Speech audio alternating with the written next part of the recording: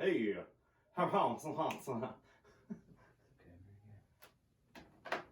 yeah, I'm used to. I have custom molded. Yeah, in-ears, you do. And like There's in-ears. Yeah. Who makes those? 64 audio. Yeah. So they have like ports in them that are like that. Basically, it takes instead of it being completely isolated. So like if you're isolated, you can't hear anything in the outside world. These instead take away like they make your hearing at negative 20 decibels. So like if you came up and talked to me at like a normal volume, like you can kind of hear it. But it like as soon as I pop one out, it's like, oh yeah, I can hear you now. But like whenever like we play live, you end up having like can't really hear the drums very well. Like it's like your whatever's coming through your mix is like what you hear. So even if you're playing in front of like if you're playing like let's say you're freaking Metallica, you're playing in front of like 100,000 people. If you don't have like audience mics and your mix is at a volume where you can actually hear it because those sound systems are massive. Yeah. Like you're not really hearing what you're the people that are right in front of you. You're just hearing your guitars, drums, and vocals. Everything's like crystal clear, and you're kind of in your own world. But like that's gotta be nice. It is. It's so much, dude. It's so much better than being on like wedges. Like after using, now I've used in-ears for close to 3 years. It's like, I don't want to play a show without them.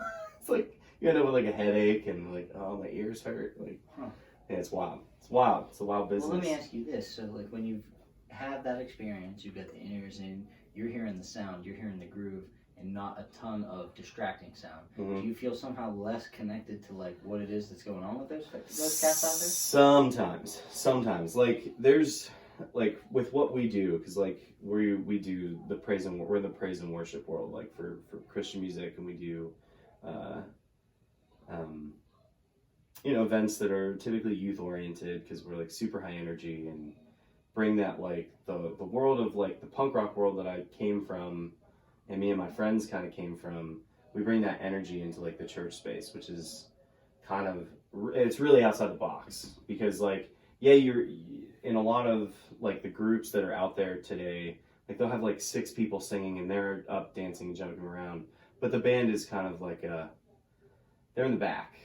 They're off to the side or whatever. Like if you look at some of the biggest artists in the industry, they're like the band isn't really a part of it, and they're a lot of times playing like a track.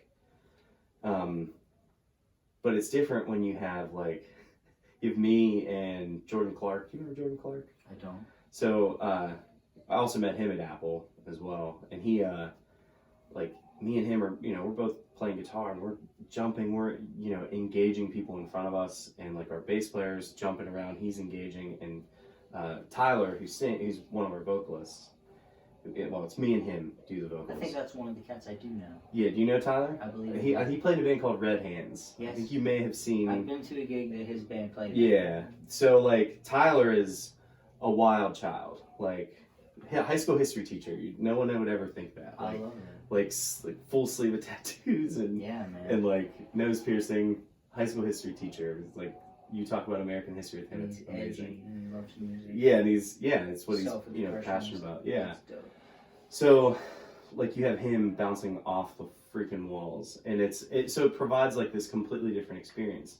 But when you have your in-ears in, like it's almost like you're paying attention to what's going on around you, and you have we play to a metronome, so we have click coming through our head the whole time. So it's pretty much like at this point I feel like we all know our songs well enough that we don't necessarily have to focus on what we're playing or like what we're singing in that way, where it's like, this part I struggle with. So it makes for an interesting experience. And there's times where like, dude, I know I'm in a room full of 400 kids, and I know they're singing at the top of their lungs because they love this song. So I'm just gonna pop one of these out and just hear what's going on.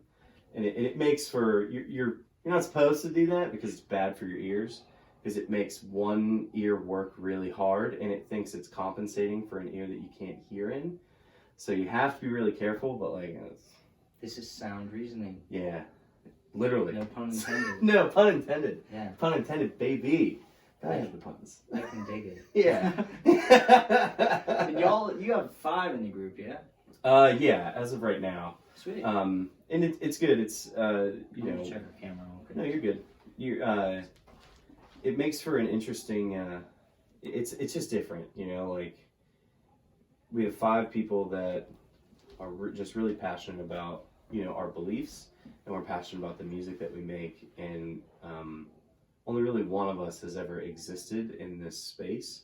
So okay. 4 of us are coming from like DIY independent bands that like did either some form of like, you know, Tyler did a lot of like the post hardcore, I did a lot of the pop punk stuff, and then our drummer Matt and our bass player Aaron, they both came from this really cool kind of, I don't know what to call them, indie band. They Aaron's big about like soundscapes and creating like atmosphere, so he's really good with like pedals and stuff, and his band was called Captain the Sky, and with Matt, our drummer, and they are really good at making these really cool ambient sounding tracks, and so it brings like that perspective. But we all come from where it's like, yo, we're gonna play a show, and there's gonna be like 20 people there, it's gonna be sick. Absolutely. Yeah. And you play like it's 40,000 people. Exactly, every time. Meanwhile, Jordan, who plays lead guitar, he went to a Christian college out near Philly, and he was a part of like one of their teams. So they would travel and play these different events. He's like, yeah, we would play at a church that had like 4 services, and there's 5,000 people at each service. And it's just like, oh, okay, so that's like how that world is. But like, you know, meanwhile, he always kind of was like, I was on like a band, like what you guys did. And I'm like, well, it's really cool what you've done. So it brings really cool perspective for both of us, like all 5 of us, because we're definitely coming from different places, but still kind of similar, and all going through the same walk in our lives. So it's good to have like a group of brothers that we're growing together, and you know, as life changes, we celebrate those changes with each other. Like after we did one of our first events, like first things where we first played together, we weren't like really official, we're just not even really thinking about it yet. Like Tyler and I were already thinking about it, but we brought Jordan in, we brought Aaron and Matt, and like that winter, Jordan, I think, was expecting his little boy, and like he was born in January, I think Big O, Oliver, was born in January. I'm sorry if I'm wrong, but and like, you know, celebrating that, and then like, you know, as like, you know, like anniversaries happen, and this happens and that happens, and like, you know, the potential of kids, and you know, all these things that are just like, you know, it's happening. Like our Tyler's expecting, and like, you know, like this is amazing. Like, you're celebrating these things while like, you know, sharing the common belief. It's different, and it's something that I've never had before, and it's nice to have, you know, similar minded people in your group, kind of, you know, working towards a common goal. So it's a lot. It's weird, it's different, and I really love the relationships that we built and the friendships that we built, because we have that common ground. So it's different. It's different.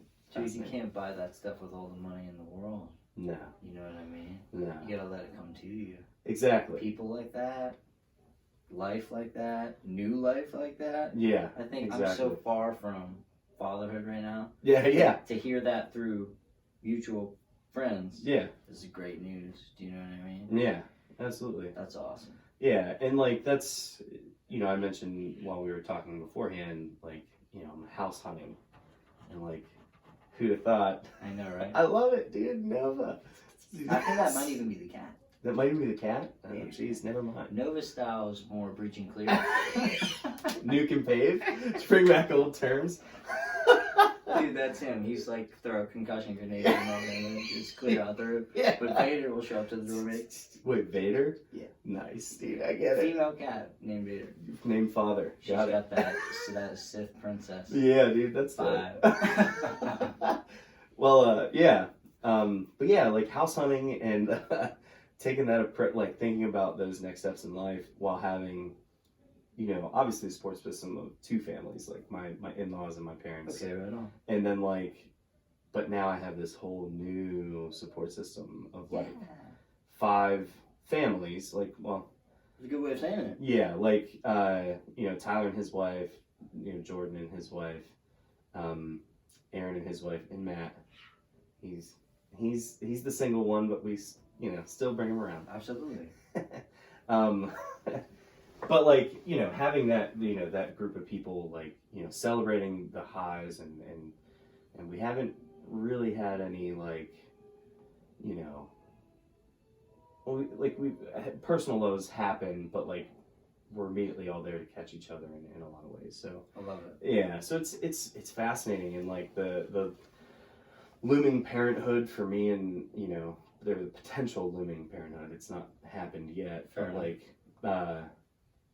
thinking about those things and those decisions and being a dog dad, like, dude, for real, it's a game changer. 100%. It gives you so much perspective, and like I can only imagine once I potentially have the blessing of being a father someday. Yeah. Like it's when we met, none of us are thinking about any of those things, and like as life changes, now being 31 and like, oh man, like I never really thought, like just talking to my wife tonight about like buying a house. Like, yeah.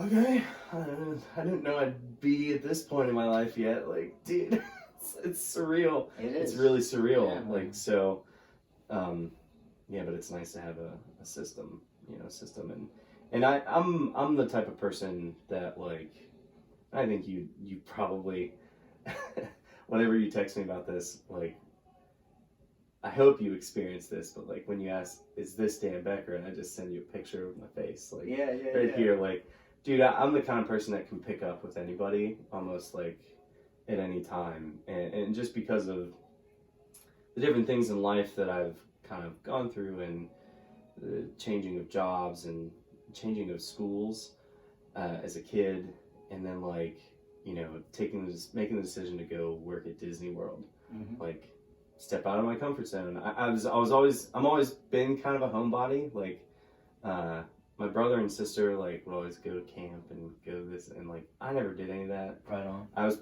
playing my sports. The sport that I played was like, no, it's the summer, so not really going anywhere. And then it became, I have a job, so I'm not really gonna go anywhere.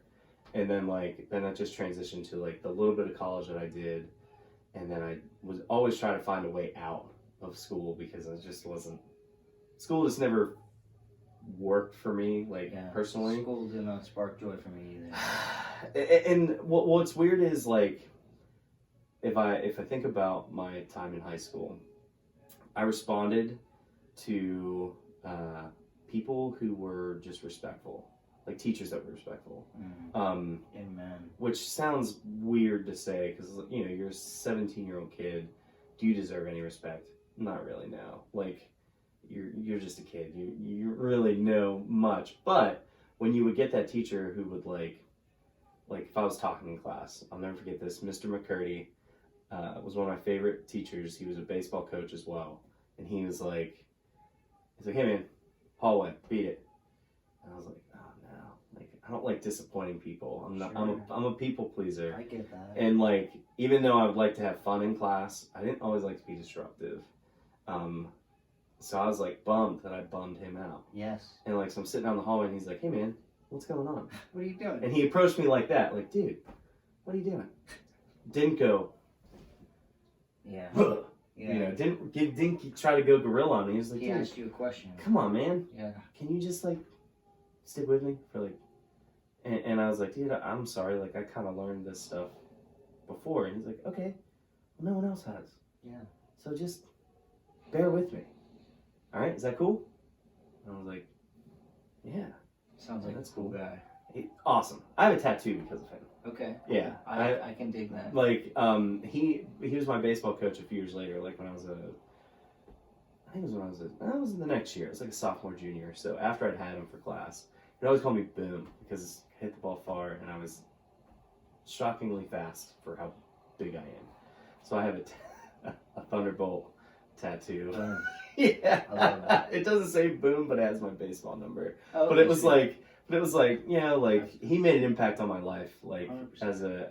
as a man and as a, you know, as someone who could, you know, be a role model.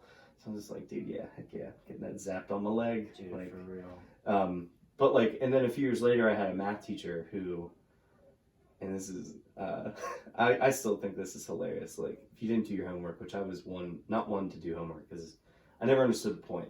I've always been the kind of like the student that was like, if you don't tell me why I'm doing this, I don't care. I'm not going to respond. And like, or if you don't give me a reason to do it, I'm probably not going to do it. Yeah. And she would do like, you know, not do your homework. She'd walk by like, do you do it?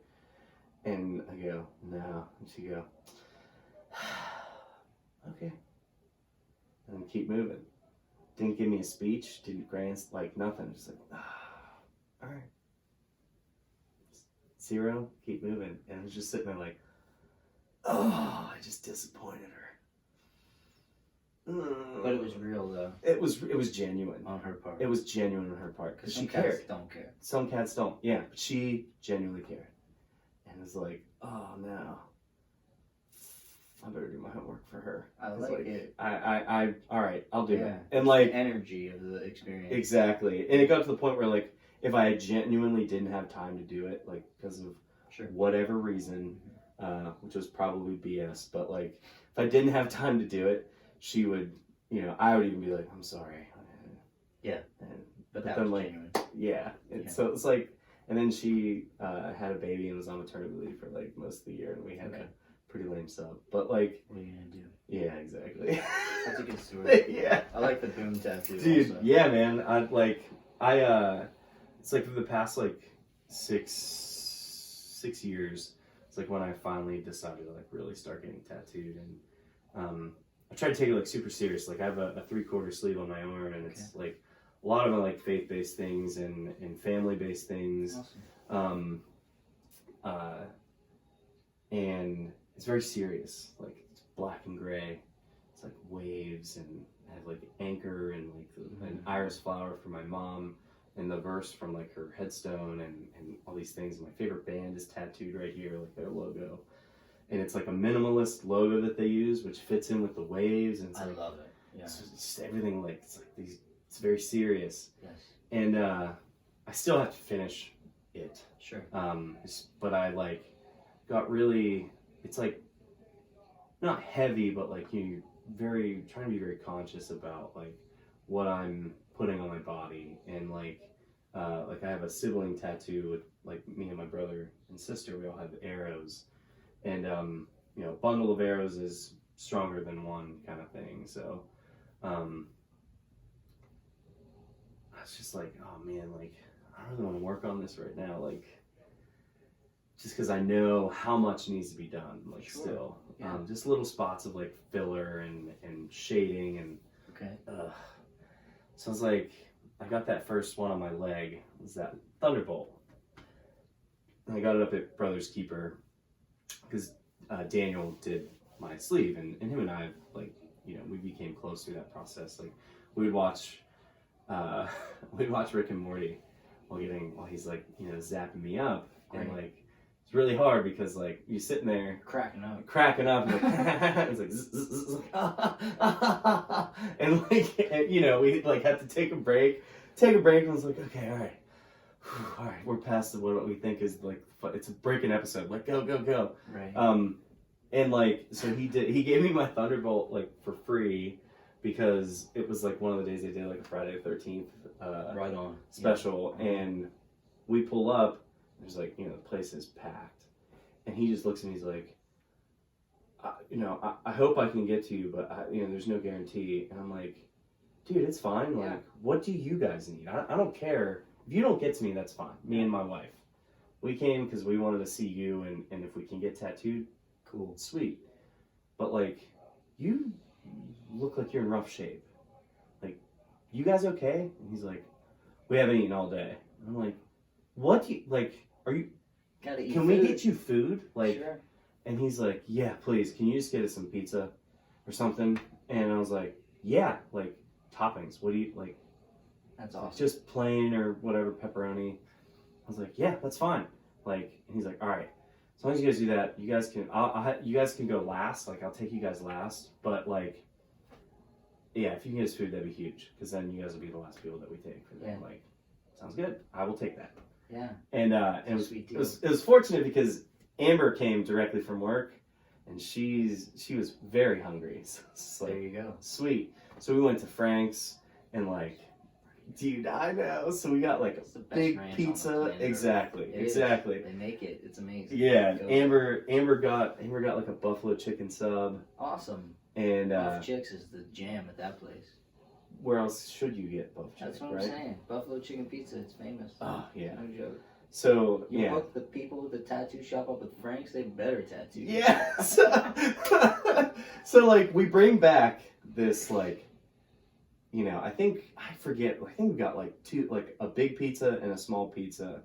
So it's like, I don't know if there's any vegetarians here. Like, so we got a plain and a big pepperoni, and brought it, and like you just see all of them go, oh, and he comes up and he's like, dude, you got Frank. Like, I was expecting you could get like Little Caesars, like down the road, like $5 hot and ready, and I was like, no, I'm not doing that. And I was like, plus my wife was hungry, so like I'm not gonna. I haven't eaten yet, so yes. I'm gonna get the good stuff. Exactly. And like, and he's like, you know, oh, they're like so appreciative. And like the two of them were tattooing, and they had an apprentice who she was like, oh, thank you. Like, I've been running ragged too. And like, so I ended up getting that little Thunderbolt tattoo, and you put it on there for free. It was great. This was that like most recent Friday the 13th, like just a little while ago? No, this is like 4 years ago now. Yeah. Just checking, because I know there was one recently. Yeah. Oh yeah, they do them. Yeah, they do. I always have like someone in my car that's like, oh, I just got my Friday the 13th tattoo. Yeah. I'm like, that's awesome. It's a fun story. Yeah, and like free impulse tats are great. And well, that's the thing. Like, doesn't have to be impulse. I guess you could have meditated on it. Yeah, well, that I knew like what I wanted. Like I knew I wanted a little thunderbolt, like a little cloud and the bolt coming out of it. Right on. And Amber picked something like off the sheet, you know, and she got a little flower on it. Okay, sweet. And but like that was awesome. Like I was like, oh, that's great. Like just getting something kind of random that like I have some meaning there. And then like, what else can I get? So I went and got shaded one day, and I was like, hey, do you have time to do like another one on my leg? And I've been a big Adventure Time fan for like the longest time. And he's like, yeah, like, what do you want? It's not gonna be too big, right? And I'm like, no. Because like the shading was like touch up. So he's like, that doesn't cost you anything. I was like, okay, cool. So like, I want something so I can at least give you money. Like I want to give you money. So I was like, can you give me like the Adventure Time sword with Death Before Dishonor like wrapped around it in like a banner? He's like, yeah, dude, that'll take like 20 minutes. Sweet. That's so he like slaps it on and was like, this is great. Like getting like things that are kind of silly. And then I thought about it when I was like, I think I want to get like my leg like kind of covered up and just get like silly tattoos. So yeah, so I ended up getting 3 more Adventure Time tattoos on my leg. I have the Ice King's crown, and then I have Finn and Jake sitting in roses, and like I went to a different artist because dude, I went to a different artist because like, well, this is a good way for me to collect like silly pieces of art and get to know somebody and like connect with somebody, like connect with an artist that I appreciate their work. And like, so I went to this girl named Caitlin Teresa at a different shop. She used to work at Brothers Keeper, and like she used to always talk to me, and I'd come and get my arm work done. If she didn't have anything going, she would sit and hang with us. So I was like, I need to get something from you. So like she did those, and like we sat down at her shop where she was working, and we watched I think it's called Over the Garden Wall, which was done by I think that's what it's called. It's done by the Adventure Time guys.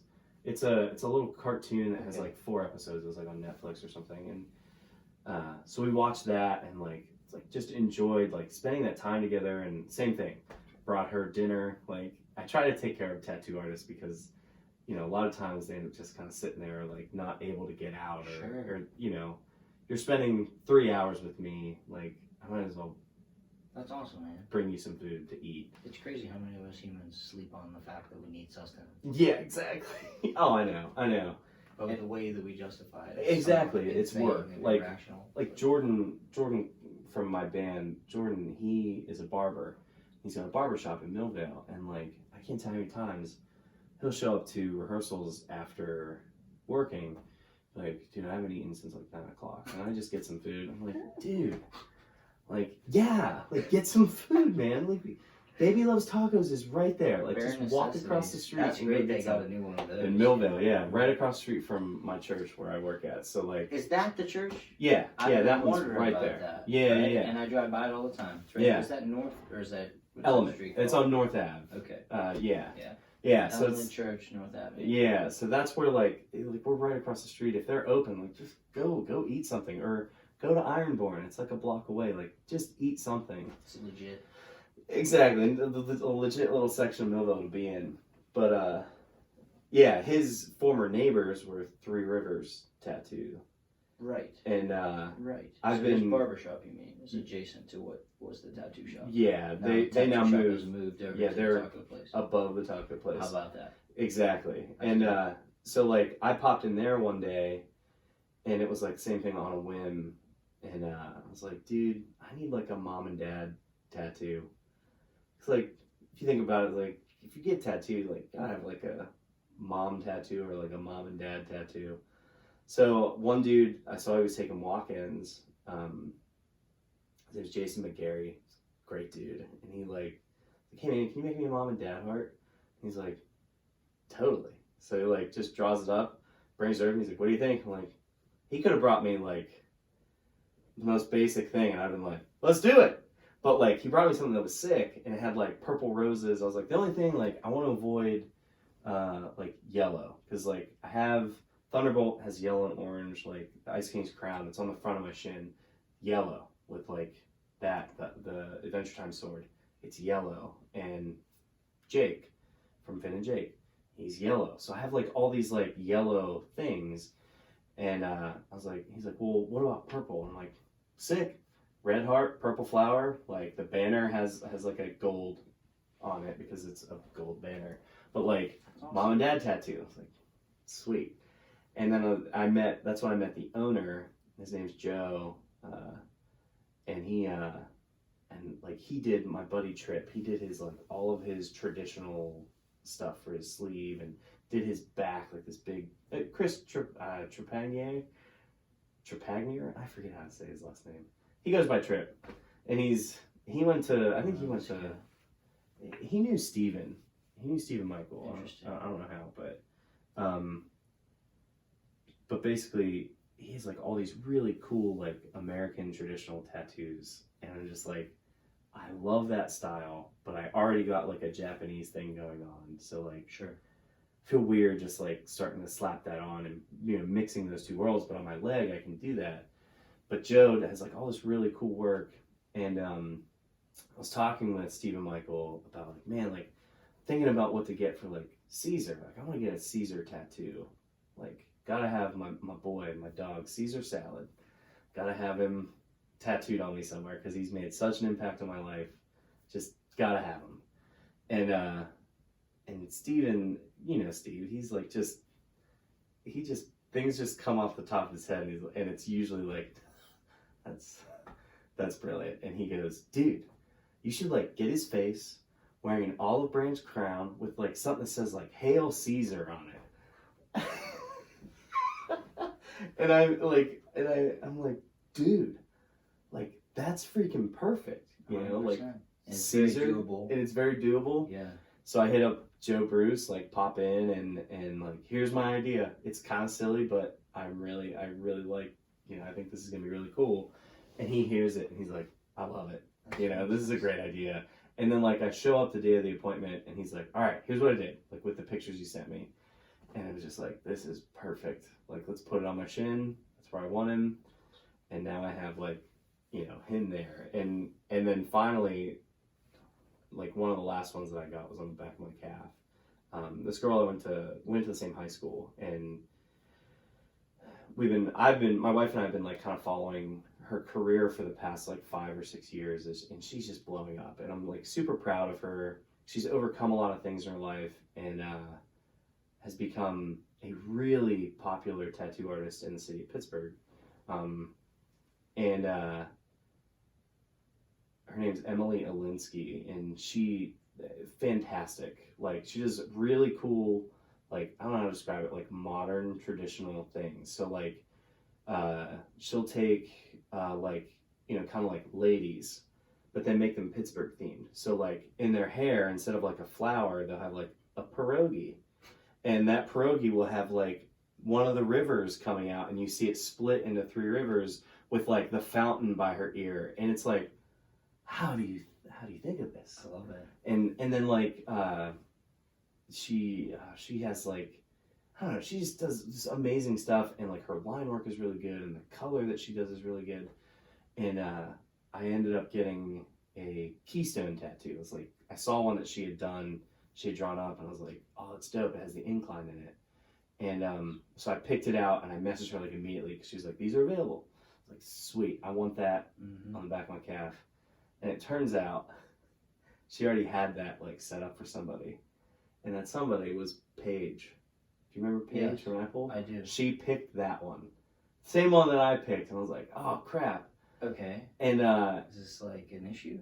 So she was like, I don't know if you want to do the same thing, because I didn't know it was Paige at first. She got it. Yeah. She just said somebody else picked it, and I promised them this piece like months ago. So like having something custom is important, you know, to a lot of people, and unless I would have been like, Paige, can we match? Which I don't think she would have really cared, but like, but I don't want to intrude on that. So I ended up, so I was like, hey, let's just do something completely different. And then when I came into the appointment, I was like, oh, I actually know the girl who picked it. That's great. Right. So I was like, let's do something a little bigger. You know, we have more space. So she designed me up this like dope incline, and it's on the back of my calf. So I was able to be like nice and big, and it has the cityscape behind it with the rivers and like the fountain and like the sky. It's like, she just like freaking nails it. Right. And like, but I love going into like, especially stuff for my leg, for the most part, just kind of not going in blind, but like going in just completely open. Like I said to Emily, I was like, the point, because like she asked me like what my budget was. I was like, budget's, I you know, obviously I don't want it to be like exorbitant. Like I don't want it to be this extremely expensive thing, but I'm here to get a piece of art from you because I like what you do. You come from, you know, I think in some ways we had a similar experience in high school, like, you know, as kind of kids who didn't really fit in with one group. But like, you know, this is about me getting to carry a piece of your art, and that's what it is for me. Like, I love what you do. Just do what you want, kind of thing, and giving her that like freedom and you know, and that's like, I hope for like, you know, a tattoo artist like that it's like a little refreshing that someone is just like, no, like just do your thing. I know you're the expert in this conversation. I like that. So like, and of course, it's like, you know, she knocked it out of the park. So awesome. Now it's like, I'm just having so much fun getting my leg done and like trying to racking my brain for like things that are valuable in life and things that are valuable to me, like in my experience and in my own story, and what's next kind of thing. And it can be a little silly. It can be pop culture related. The next thing, I have to actually run to Three Rivers tomorrow to see if, you know, I can get an appointment booked. But a friend of mine from high school had this running gag for 5 years on Facebook. We barely talk outside of this one thing that we do, and every now and again we'll talk. And he's hilarious, and he's had his own go at things in life and figuring things out. And I saw he was getting like music related tattoos on his arm, and like really clever things. One was, I think like I think it was Jane's Addiction, and it was like a pig. I'm blanking out on what it was. Or Alice in Chains, maybe an Alice in Chains. But it was like super clever. I'm like, dude, that's awesome. I was like, but you know what we have to do? We have to get a tattoo of our bit, which our bit back and forth, just random posts of Rod Stewart's hot legs on each other's Facebook walls. Oh my. So just like every now and again, I would open up Facebook and be like, oh, Nate, hot legs. All right, cool. And then like that's the perfect inside joke bit. Yeah, then like 3 weeks later, give it right back. And maybe not the same video, maybe not the music video, maybe a lyric video. Okay. But like just different things, or like just a picture of Rod Stewart. Right. So we decided, I was like, dude, like we should get, after I saw his music tattoo, I'm like, dude, when are we getting our hot legs tattoo? And he's like, don't, because I'll do it. And I'm like, you don't, because I'll do it. Yeah. So we decided to get a pair of jeans on fire. That's a compromise. Hot legs. Yeah. So like in kind of an action pose. So I gotta run to the tattoo shop tomorrow and get that booked for Oh, I see. So that one has yet to take place. That has yet to take place. But like amazing. But that's like, I like silly, man. It's silly, and it's something that it's a connection between me and another person that is like very unique. Yeah, and him and I weren't like close in high school, but like when we would see each other, we always connected, and like, you know, different groups of friends in high school. And like I said, I didn't exactly have like a group. Sure. Throughout my time, I was in the marching band. I played sports, and I played in a punk rock band. So like, I had these like, you know, this weird bunch of people, and I'd moved there when I was like 12. So a lot of these kids had, you know, 7 years of going to school together, being friends for all these years. You get to middle school. I moved to where I was at the end of 6th grade. So like I got plucked out of where I was comfortable, where I knew kids, where I knew people, played sports with them, you know, went to church things, did like all these things, and then just got plucked out of it. Small school to like Pine National, which is like big, and you're not the best athlete anymore. You're not the best at drums anymore. Like, you're not the most popular kid. Like, you don't know anybody. There's a random kid that's just picking on you because you're taller than him. And it's like, you know, things that just are weird and don't make sense, but having to, you know, pretty much adjust on the fly and take the next, like, you know, take the summer, you show you, oh, I'm really good at sports. So you connect with like the baseball world. That was my thing.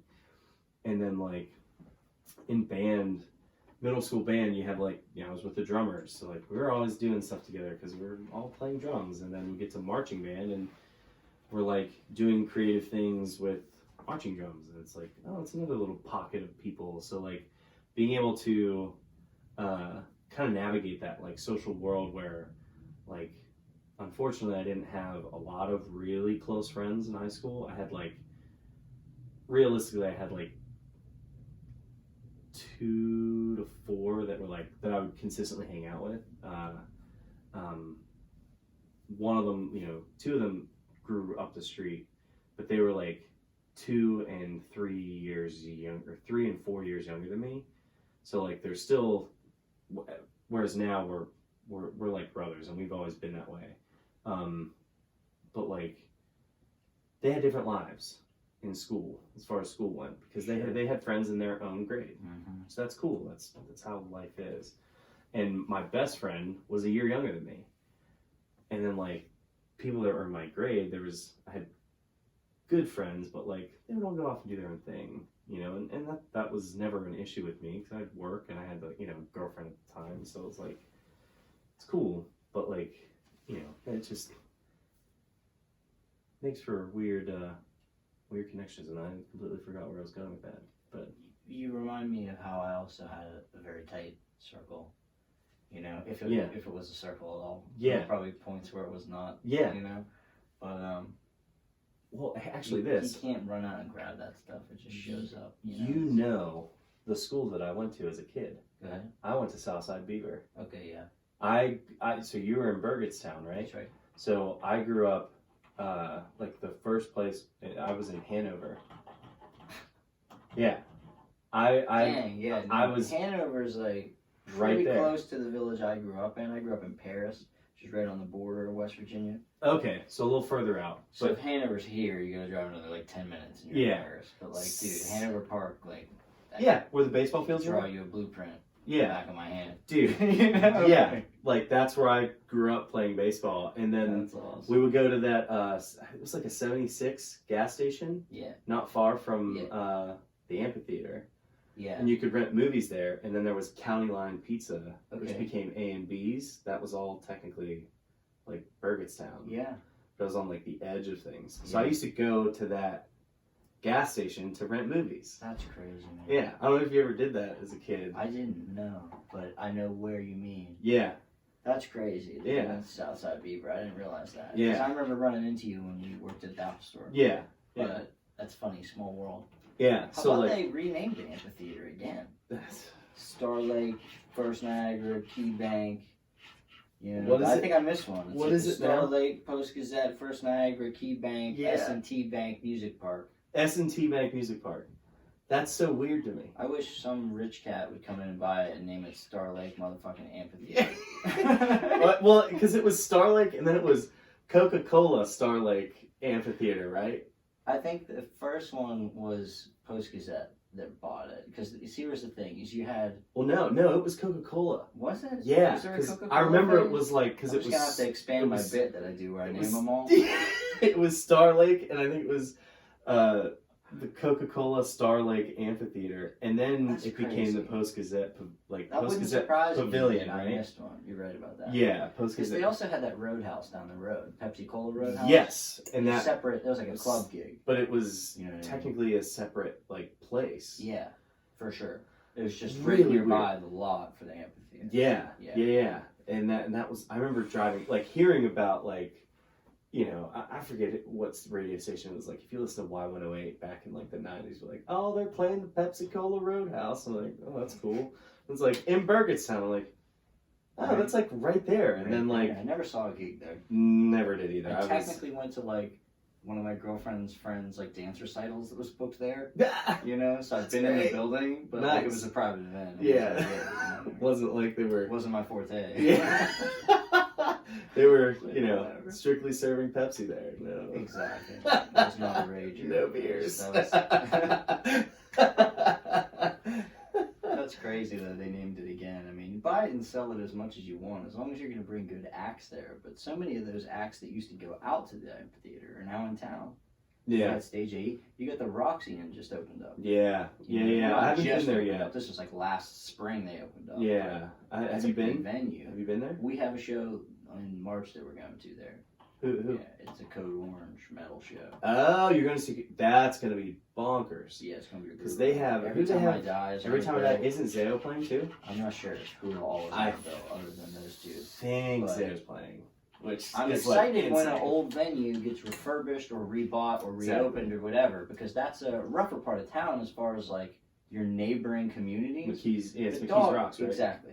But That when helps. you throw a dope venue in there, like we're gonna support that 100%. You know what I mean? Yeah, I know Anti-Flag is doing their Anti-Fest there. Cool. Uh, It's supposed to be a big place. Just haven't been in. yeah, I haven't been there yet either. And I think I know some people who have been, and they're like, it's awesome. I also saw that City and Color booked a gig there in May.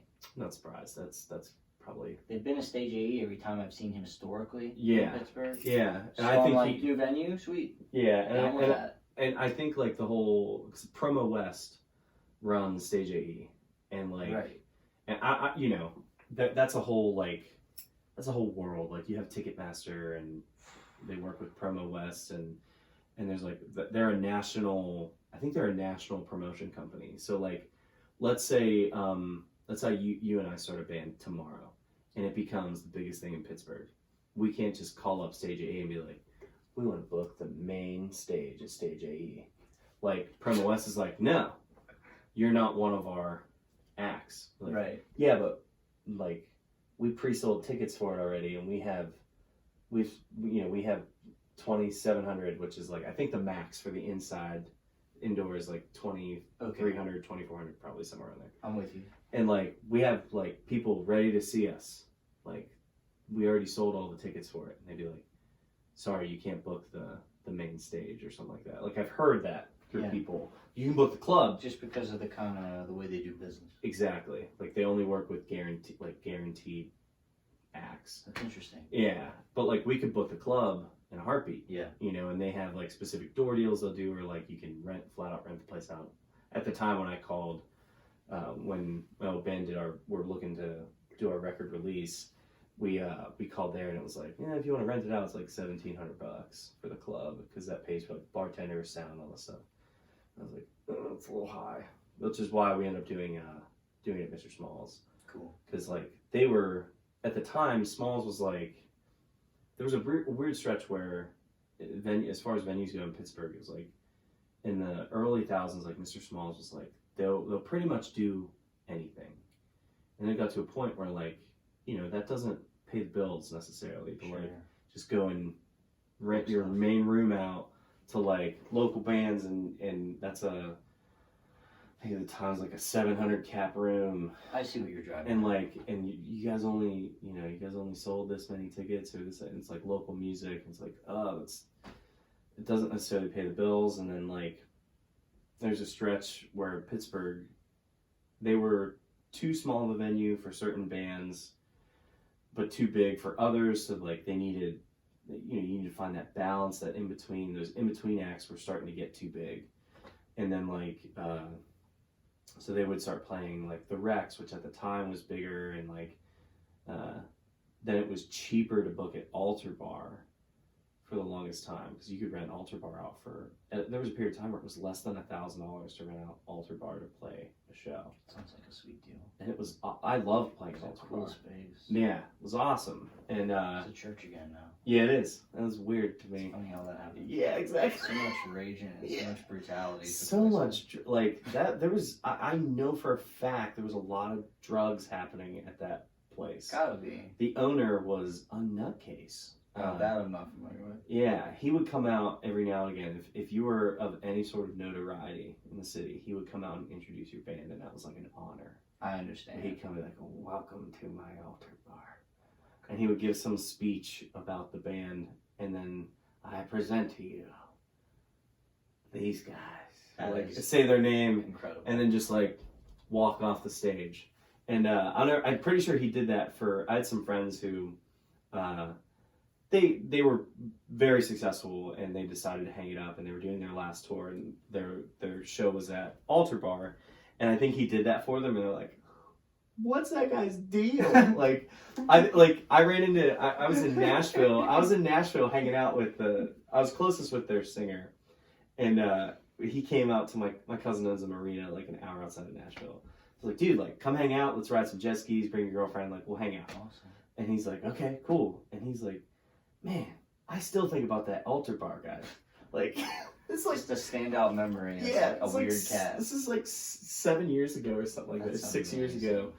And like then I ran into his guitar player one of the guitar players like a year ago or something, and he was like, dude, I still remember that Altar Bar guy. Like they just remember that Altar Bar guy who was just drunk. I think he was always on cocaine. Like that was his thing. And it was like, dude was just out there, and but it was an honor to be introduced by him, and he has a lot of money, and he would introduce that band and then walk right out of the venue, get into his limo, and get taken to his like mansion. How about that? What a life, dude. What a life. And it was like in Sewickley Heights, like so it was like a legit like mansion.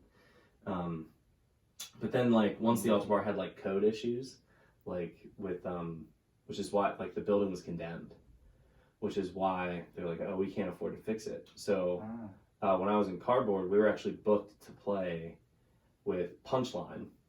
It was supposed to be the last Altar Bar show.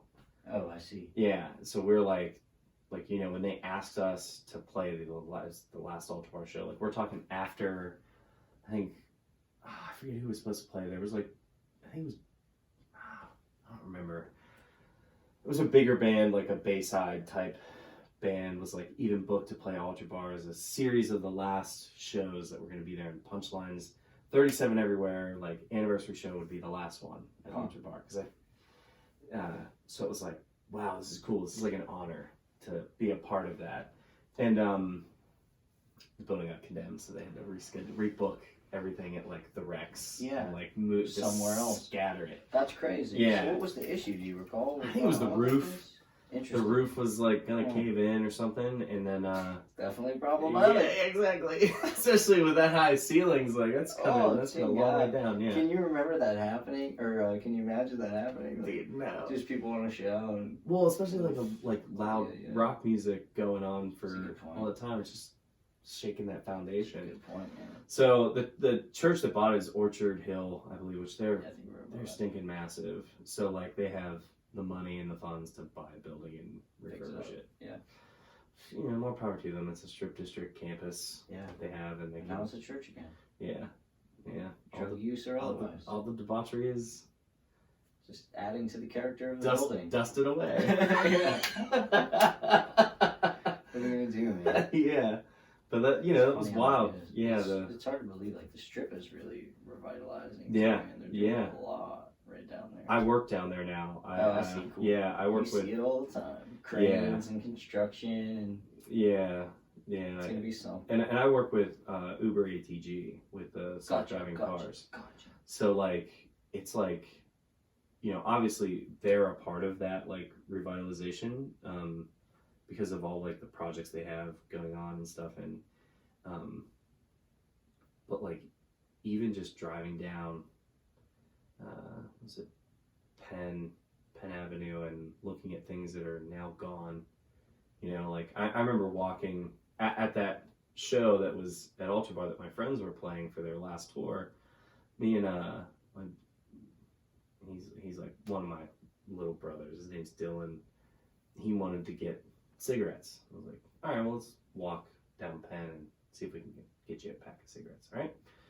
Okay, so we go for a walk, and it's like, where can we get them? Like where? We don't know where. So we just keep walking and walking till we get to Butler Street. We just keep walking and walking. We pass like everything in the strip, and it's like, it wasn't exactly like, at the time, still not the best area because it was like still a little run down. Sure. And like it's like, oh man, like we're really walking far. Yeah. Till we got to the Circle K. Yeah, sounds about right. Yeah. And that was where we that was the first spot. That was the first spot. That you stumbled on. And he walked sounds in, about right. got to this day that sounds about right. Still the same, From Penn Ave all the way up to and the Circle K isn't technically a thing. You probably have to go all the way up to 40th Street to the get-go. Yeah, now. You got a little further. You got a little further, yeah. So like we hiked so far, and it was a weird time. Like he was playing. Dylan's an amazing drummer, and I taught him like one thing when he was a little kid. He was like, 12 or something. I showed him like, here's a fill you should learn. And I come back like a week later, and he's like just he just, okay, I'm gonna learn this, and like, put blinders on, and he just learned how to do it, and he became this amazing drummer. He just at the time he was 20, and he had just gotten back from auditioning with Paramore. Oh wow! Like flew out to L.A. To play drums and stand behind Haley Williams while they were rehearsing their songs. At age 20. At age 20, it was like, and the reason why they didn't pick him was like, oh, you're a little green. You don't have enough touring experience. Sure. Because he had done like some tours with some other band. Still awesome. Well, he now then a few years later, he got to audition for Bieber. Like, how'd that go? He didn't get that gig. It's gotta be a tough gig. It's a tough gig. The drummer that they got was like bonkers, but like at the time, what he didn't understand, I feel like what he didn't know, is he could do all this fancy stuff, but he basically had to unlearn. Like his brother and I had like taught him how to be a studio drummer. You play for the song, you do this, and like pop gigs, they want like the gospel drumming that you can hear nowadays, where it's like basically a drum solo going on behind the song, and he could do that, but to him, like to his soul, like what he's had been doing up to that point, like that's not what I do. I know how to play to what is going on, and I'm aware of what's going on around me, and like I can shred, but it's kind of like I have to subdue that in some way because I want the vocals are what's more important. So they were like, not really what we're looking for. And just recently, he's playing with an artist called Black Bear. You ever heard of Black Bear? Pop artist. He wrote Boyfriend for Justin Bieber. I could be your boy. Like, okay. So he has this prolific writing career, and he just started producing his own stuff. And he was like, Dylan did a cover of his song Hot Girl Bummer, and they found it and messaged him and said, hey, can you do this tour for us in Australia? He's like, yes, please. And he's like, yeah, sure. All right, you're going to fly out to LA for like a week. We're going to do rehearsals, and then we'll fly you back out to LA or January 1st, and we'll fly you out to Perth. That's got to be the dream. Yeah. So, and now he has the gig. Like, and what's the band?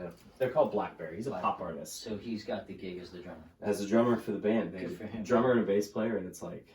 What's his name? His name's Dylan Wood. Yeah. Props to Dylan. That's awesome. He's the best. But yeah, like, I just remember walking... We were walking with me and him, just walking down Penn Avenue, and now looking for smokes. Yeah, and now I'm like, that's where I'm driving around in those cars and like doing specific things, like tech related things, and I look at it now and it's like totally different. Like Cinderlands is down there, which I've gone to a handful of times, and nice place. And like our office buildings that are down there, like they refurbished all these like this old warehouse, put 3 floors on it, and like it was an old like steel mill or something, and they like refurbished the inside, left some of the integrity, like the history of the building in there, but it's like all this like modern stuff, and like the building that I work out of used to be a beer distributor, so it has like this giant garage, and we have like all this nice cool office space, and so it's like, it's like really cool. Really cool. Sounds that way, man. But like, obviously the price of everything there is like skyrocketed. Indeed. Oh, indeed. It's a weird balance of things that you kind of have to you think about, like how does that impact the society and those neighborhoods and the people there, and are they able to, if they want to get out, are they able to get out and at least make a chunk of money to move somewhere, and how does that impact their lives, and it's not always looked after. No. Yeah. No, it's really hard. It's hard to kind of be a part of that in a way, like, because that's where I work. But like, I know what you're saying. But that's where I work. It's not. I'm not there to try and kick anybody out of their house. Exactly. You gotta eat. Everybody gotta eat. Yeah.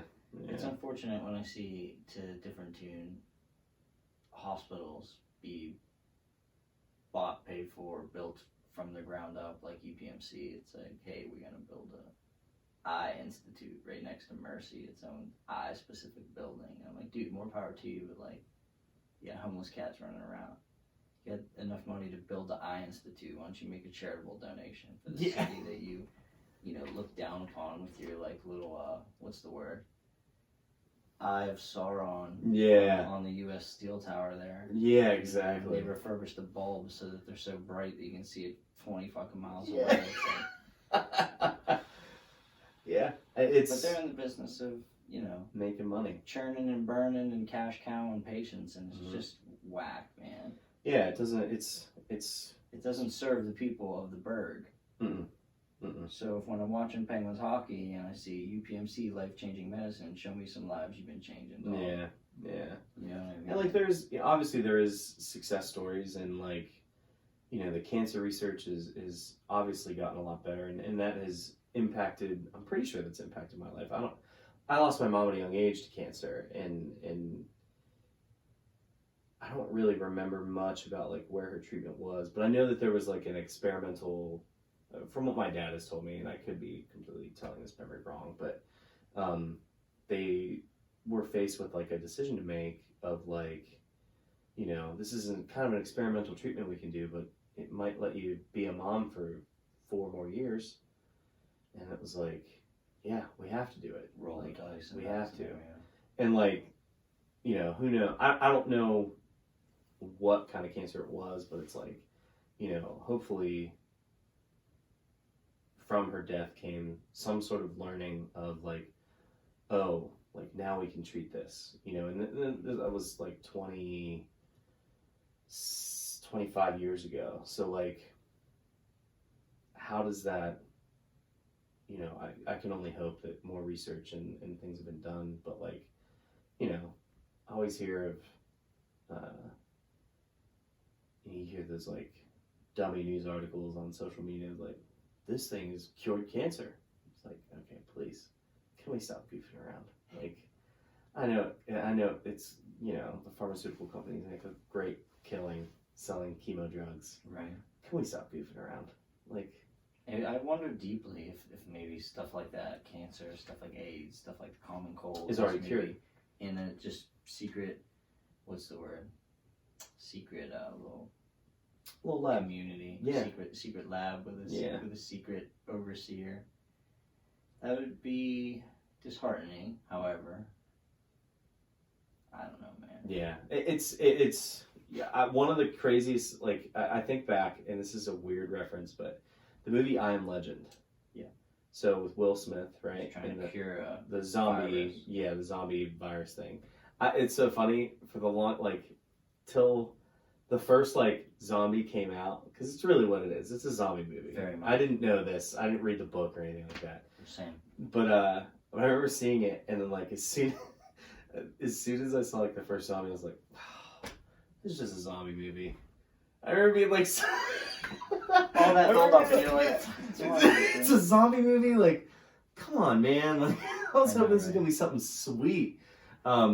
It was a pretty sweet movie, but like they did a good job. I always wonder how they did that with him alone in a city like that. Like, how do you vacate a city so that you can shoot Will Smith? Yeah. Do you know what I mean? Like, I have no idea. I just tripping. Yeah. The logistics of that. Like, yeah, unreal. Right? And like, especially because a lot of it you have to like just destroy because of what was going on. Yeah, 100%. Like, so I mean the sets, they're probably really great set builders, but that's a good point. Who knows? But but like hearing in the beginning of that movie, they say something like because I forget what year that came out. I think it was like 2000. I don't know. I was in like high school or something. Gotta be early 2000s. Yeah, early mid 2000s, and it was like 2020 we cured cancer, in 2024 we cured AIDS. Like all these successes, like this. It was like this president saying, yes. And I remember just saying to my dad, like, wouldn't that be amazing? Wouldn't that be? And like, and he's, you know, and that would have, like, that little snippet, like, you know, gave me a flashback into my life, and it was just like, man, I do remember my mom, you know, declining in like quality of life and like her cognitive abilities, and like, you know, thinking about could that have been cured if this were later in life, and like hearing those types of things, it was like, man, like, it's just kind of like, so I'm hoping, you know, I'm very much a realist in a lot of ways, but like there's a slight bit of optimism in me. It's like, please, can we figure these things out? Because it just would be, we just not goof around. Like, that's pretty much what comes down to. Good point. Can we use our resources and our intellect while we're here to solve real problems? Yeah. And reduce the amount of suffering you would reduce curing that? Yeah. It's not like you're not going to find another thing to sell drugs. Of course. You're going to find another way. Of course. You're going to find the next. I would hope that like they're not just like running out of ways to like keep people sick. Yeah, exactly. A real drag. Yeah. And granted, like, a real drag. That gets into like the conspiracy world, which it's like, there's things like that are just like that could be true. I know. You know, and that's what makes that one like hurt so much more, because it's like, right. That could be a the real. ones you don't want to be the case that are like fuck. That are usually pretty close to being true. Like, bro, tell me. You know, so it's definitely interesting to think about, but like that is you know, my dad puts things into incredible perspective. He's a pastor, and he's been, you know, serving in churches for 32 years, and talking about, you know, things like that from from a God perspective, and you know, you talk about the why do bad things happen to good people, and he's like, yeah, bad things happen, but then you have to look at the blessing that grows from those bad things, and sometimes you have to look for it, but the cancer treatment unfortunately killed one of my future siblings. My mom was pregnant when she had to go through cancer treatment. So I didn't find that out until I was 18. And that my dad was like, yeah, there's supposed to be 3 of you. You know, my brother, myself, and one other one. I was always destined to be a middle child, unfortunately. But so, and that I remember standing in the kitchen, me and my dad just having a real talk, and I think it was after I'd graduated and stuff. So it was you know, becoming an adult, and that how much that weighed on me, that my dad they had to make that decision. If they had kept the baby, my mom would have died a lot sooner, or potentially died during childbirth. Sure. To extend her life by a couple years, you know, that would have been that was the victim of making that decision, which was really heavy, and you know, it weighed on me as a man. It still weighs on me, and then he's like, but you look at the way, and you know, from my beliefs and from his beliefs, you know, my family's beliefs, it's look at the way God blesses your life after that. He's like, what happened 2 years later after your mom passed away? And I was like, well, you remarried. You met Marlene, who's my stepmom, who I just, you know, she's mom to me. He's like, okay, so, because one of the things that my mom kind of told my dad in a conscious moment, which were very rare for her, was, my boys will have a mother.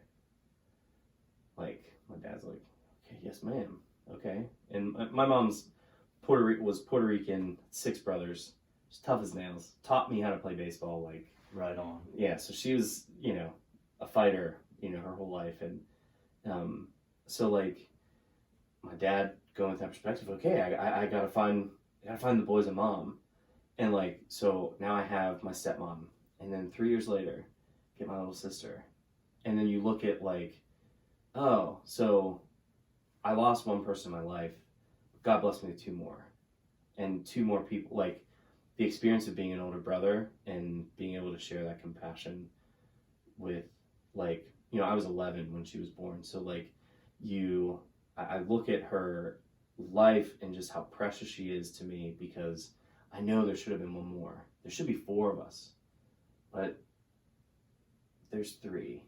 And granted, I know I said, you know, I lost 1 person, but you know, I never really got to, you know, I never knew there was another sibling, but sure, those holes were filled, basically. You know, my mom is just an unbelievable woman, and then one of my Puerto Rican uncles who he always came and hang around, my Uncle Carlos,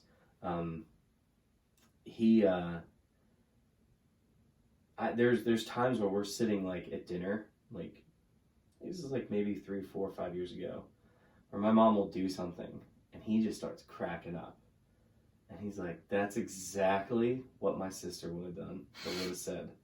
And he's like, this is spooky. Yeah, spooky indeed. Yeah, he's you know, you know, it moves him to tears a lot, because he wasn't, unfortunately, he had to do some time in prison, and she passed away while he was in jail. So the way he values myself, my brother, and now my mom and my little sister, it's these are people, they're filling the hole in my heart and in my life. That's beautiful. And it's yeah, so when he sees things, and my mom does something, and he's like, that's exactly what Ada would have done. Holy cow. And we just all start laughing, and yeah. And it's you know, I still live life with a lot of questions about what my mom was like and the kind of person, and you know, learning more and more, when I was around 25, my dad and I was like, dude, I just want to know more about who she was, and yeah. and like filling in those holes and those gaps, and like learning more about her home life, and like growing up as a kid, like moving from Puerto Rico to New York to West Deer, like the North Hills. So like it's where we ended up, which was kind of cool, and going to the same school that she went to, and like learning more about her as a person, and like funny stories, and just how like kind of blunt she always was. It's just really funny, like good story. They were having dinner. It was when my dad was at his first church. They lived in Indiana, PA, a little town called Homer City, and there was an Indian couple that was staying with some people at the church that they had known, and they had a little baby. And this was before my brother and I were born. They're sitting at dinner, and the baby had like a loaded diaper. I mean, loaded, like sagging, loaded. And my mom just kind of blurts out, "You know that weight limit is for the baby, not for the size of the load, right?" And there was like a like it was like the moment where and people started cracking up because it could come across as really rude, and these are people not familiar, but they like start dying laughing. That is incredible. Yeah, but like that was her nature. I love that quick wit in people when they just take a situation, they're like, I'm gonna crack some comedy. This could go either way. Which like take those comedic risks for sure. Oh, absolutely, I completely agree. So it's just funny, like, you know, living with those questions in life, and you know, looking at it from my perspective as a believer, and you know, kind of taking those things and learning, and then you know, learning from how I apply that to my life as my future as a man, as a husband, and as a friend, as a, you know, as an uncle, because like, you know, to my friends, like, I'm referred to as an uncle to their kids, you know, and like, you know, my bandmate Jordan, who's, you know, one of my closest friends, and like, you know, seeing one of his kids fall and hit their head, and just going over and scooping him up, like making sure he's okay, like kicking in as quick as possible, because you know, Jordan wasn't around, and like, you know, making sure that the kids are all right, like, you know, feeling that responsibility, and thinking about that approach to life, and how, you know, how my dad had to go through what he went through, you know, while with two little boys, you know, they're 7 and 5, you know, going through the loss of a spouse, while still trying to lead a congregation of people who, you know, people hurt, man, like leading these group of people, and being there for them being there for your kids while grieving, and like that community, like that, which we're really fortunate that it was Hanover, like it was Southside. Those people rallied around us, like, you know, there's families from that church. They, you know, when we go back there, it's like, you know, the brother returns home, like, you know, my dad shows up, and these people are just like, you know, they adore him because he was real with them. Yeah. And that's like his perspective as a minister, like ministering to people, like, you know, you give people chances, you show them that compassion. You're tough with them when you need to be, but it's always from a place of compassion, and like, you know, they were able to grow and thrive, but then like really support us as a family. So like there's a family that my brother and I, when my dad was single, we would go over there Monday through Thursday. We had a permanent bus pass. Let's go there Monday through Thursday. Some nights we had to sleep over there, so my dad could do whatever he needed to do, or if he needed a break, or, you know, because it was hard being a single father with 2 kids who had places to be, but also like serving that congregation. So it's like, you know, extended family, extended family, and but like I learned a lot from my dad, and just how he treats people, and especially like people who are in need and people who are in hurt, or people who are in, you know, grief or pain, and showing them that compassion for whatever comes through in life, and learning from him, like, okay, why do you do this? And you know, he's able to open that book up, and like, I can point to this, and this is why we show grace, and why we should do this, and why we do that. And like, you know, it's a fascinating, he's just a, you know, he's a hero, and that's, I'm fortunate, you know, to have, you know, have him as a hero, and now a friend. But now I gotta give him a grandkid at some point, you know, right?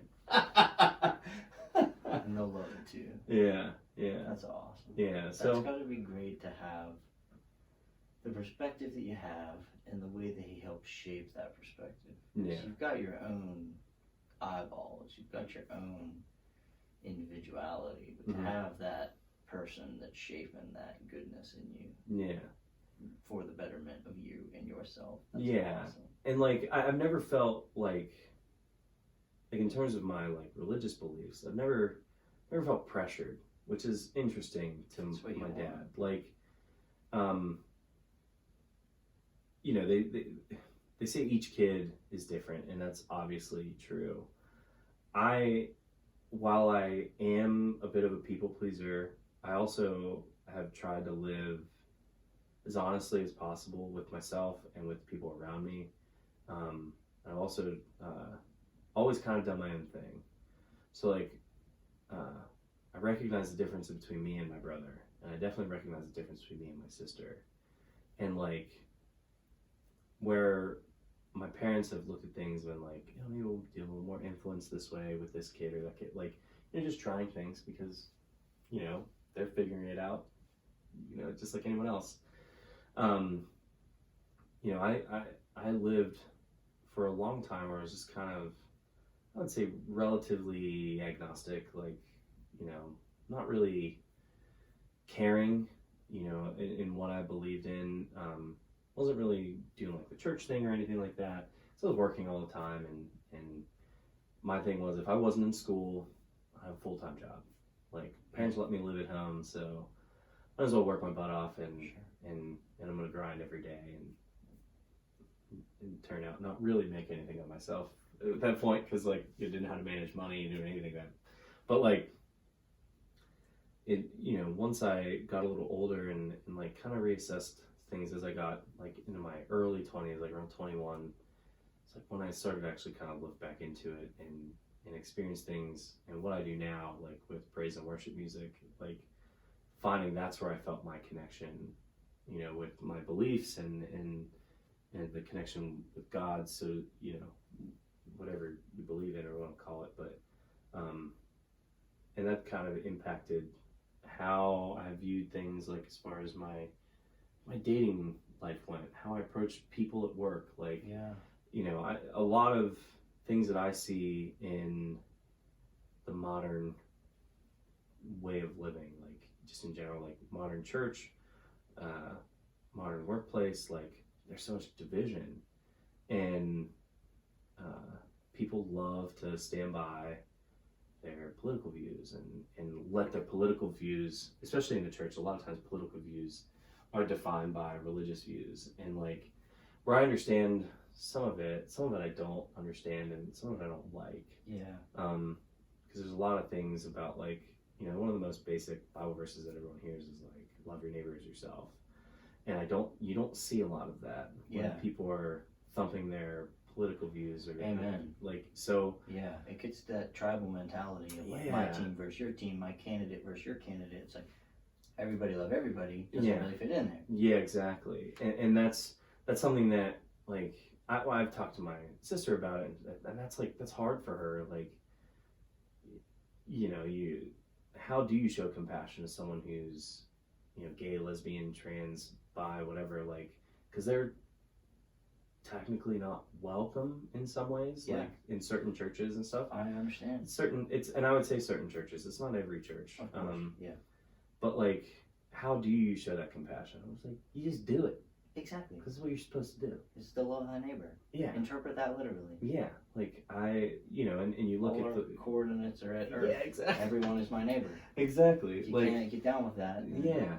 What are you doing? GTFO. You think about, again, what would Jesus do, man? Dude, Jesus would love everyone. Exactly. So he would not exclude you. Exactly. And that's how I try to, like, look at things through my faith lens of, like, showing compassion and standing by people who are going through difficult times and like, and it's interesting just who you run into, like, through Apple especially. That was the most diverse group of people I ever met, really. Well, one of the most diverse group of people. I worked at Disney World, so that's like a diverse group of people. A lot of people who are a lot of gay dudes work at Disney World. That's just how it is. Right on. So you go up and you hang out with them. You get to know who they are as people, and then you completely lose those titles. Of course.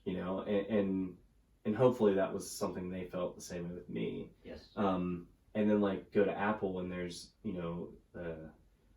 the trans movement has really started to pick up by that time, and getting to know two people who are transgender in that work community, like, really helped my perspective on that, and like, agreed. And learning more about what they're going through, and like how difficult that is. Like, one of them I was like closest with, when he came, when he let me know what he was going to be doing and what he's going to be going through, like, I was like, dude, this is great. Like, this is great for you. It's exciting.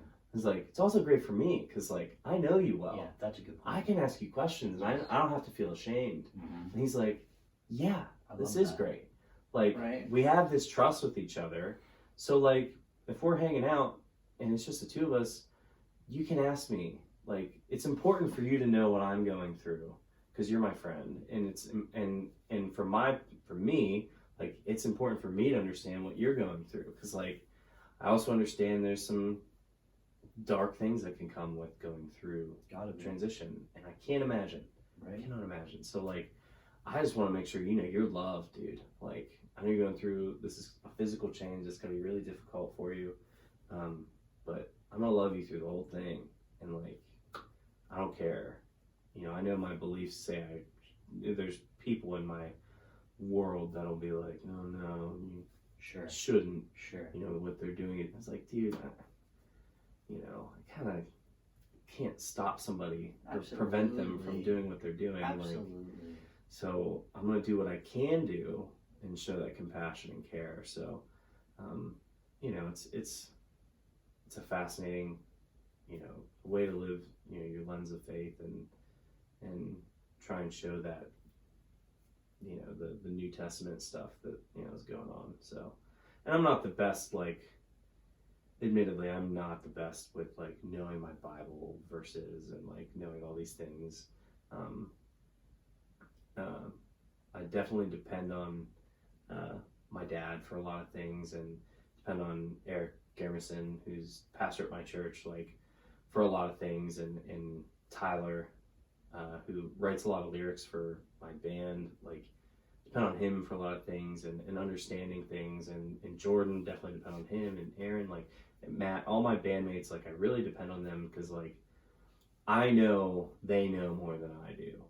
So, like, being able to learn and understand, like, what we're writing about, because when we write, we're writing for people to be able to sing these songs, and come from a perspective of, like, we're a band, and we write these songs that are meant to be sung for, sung in a church service. That's what they're meant for. But you can also listen to them in your car. You can also adapt them any way you want to do. So if this church we made a good connection with the church up in Clarion, and if they want to play our songs, cool, like, do it however you want. Like, you can make this your own, just like we make any other cover songs that we do, like, we make that our own. So it's a different perspective of writing, because you're like, you need to make sure this is able to be sung by, like, an average person. Are the lyrics sound with, sound theology? Make sure we're not just writing fluff. Like, are the lyrics, do they mean what we intend? Is there hidden meaning behind this? Like, we gotta make sure we're clear. And like, is it a good song? Like, the melody's good. Yeah. And so it's kind of like a different perspective, like from being in Cardboard. Those are very selfish songs, so like stuff that I've written for Cardboard, like talking about old relationships primarily. That's really what I would write about, like that pain that I went through from like the breakup, and like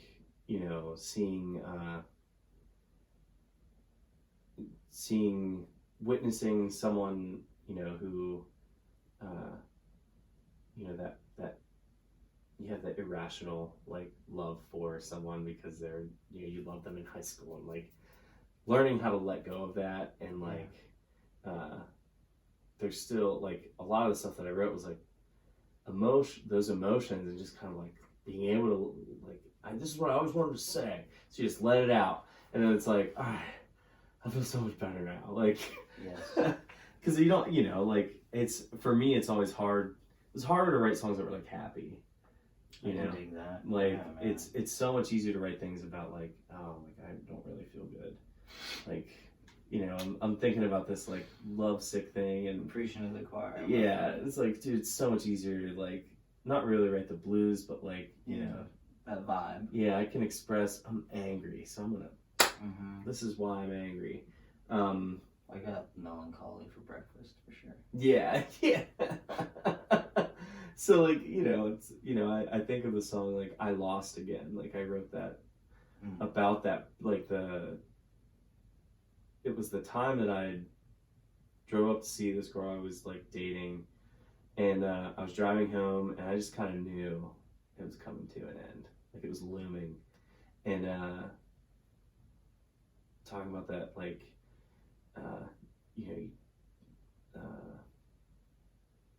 couldn't convince this girl to like let's stick it out, like because I had made like mistakes where I'd like we broke up briefly and then got back together, and it's like driving home I was like, oh man, I know this is gonna be short-lived, and this girl really helped me through like a lot of things, and when you're that age, you're like, oh, I was totally gonna marry her, like kind of thing. Yeah. You have no perspective. Amen. And like it's like, oh man, like I'm heartbroken, and then like not really able to express that because like I always felt self-conscious about like being really blunt and on the nose with a lot of things. Okay. So like those feelings just kept building, and then like once I started dating my now wife, it was like, I need to like figure out how to let this go. So it was like, I'm just gonna say it in a song, like I'm gonna write it, like, and I'm just gonna get this off my chest, and that helped. Like it's like that expression and like letting that go, but it's all very selfish. It's all like, these are feelings that I'm feeling that, people can relate to, because I'm not being too on the nose, like I'm not naming names or anything like that. I'm with you. But like, I did that for me. It just happens to, in my opinion, I think it's a pretty good song. Absolutely. I think it's a catchy tune, like, but now, like, I need to, and Tyler says this all the time too, is like, everything I wrote was really selfish. So how do I shift to make this a connection with a group of people, to show them, or to lead them and connect them with God in the room? And how do I set them up to like have their own experience, or like, how can we make sure that we are not divided from the people in the room? I mean, how can we make sure that we're maintaining that connection? So like, what's cool about like what we do is it's so high energy, and like the songs we write are fairly high energy, and but they're like easy to comprehend, and the way that we worship is we let go. So like that's why I'm able to jump around and like bang my head and and like flap my guitar around, like jump into a group of teenagers and like, you know, like let's have fun. Because why has like most of these kids end up going back to these churches that are like, all right, let's bow your heads, and it's like boring, and singing to an organ, and it's like, dude, this isn't necessarily what church is all about. Like, church can be fun, like praising, you know, if you're a believer, praising and worshiping, it's like there's stories in the Bible of how it's like this like exciting thing, and why can't it be that way every day, you know, and why can't it be that way when you're in church on a Sunday? So showing that, like, we're letting go, we're not holding back who we are, being the most authentic versions of ourselves when playing songs that are glorifying. So if we're able to let go of that, somebody in that group, in that congregation, whatever, hopefully sees that and feels the same way. Exactly. And they're able to let go. It's like, oh, okay, I don't have to worry about the person standing to my left and right. I can lift my hands up, I can sing as loud as I want, I can stand there quietly and just like let go of everything that happened in my week and like just kind of experience what's going on. And it's definitely been a moving experience, and like going back to like in-ear monitors and stuff, it's full circle, baby. Like that's kind of what solves that disconnect, you know, like you can pop one out, but you can also see what's going on. Yeah. Pretty good. Roundabout way to make my point. No, I love it, man. Yeah. So, like, you know, perfect example is first time we ever did anything. We played at this retreat called Laurelville, and it was middle school weekend, so it was like 400 middle school kids who already know, like, we're gonna go play in the mud. It's gonna be fun. We're gonna play football. We're gonna do silly games, like youth group stuff, and it's a whole weekend of that, like jam packed. And we're gonna learn a little bit about Jesus and who he was, but for the most part, it's gonna be fun, and we're gonna connect with our youth leaders and stuff like that. So they did not know what was going to hit them at the worship stuff, because for years prior it was different groups, and like the first year I did it, I had a set of these in my ears as my in-ears, and I had a wire going pretty much like up my butt to hold those in place, and I could stand still, and that was what I could do.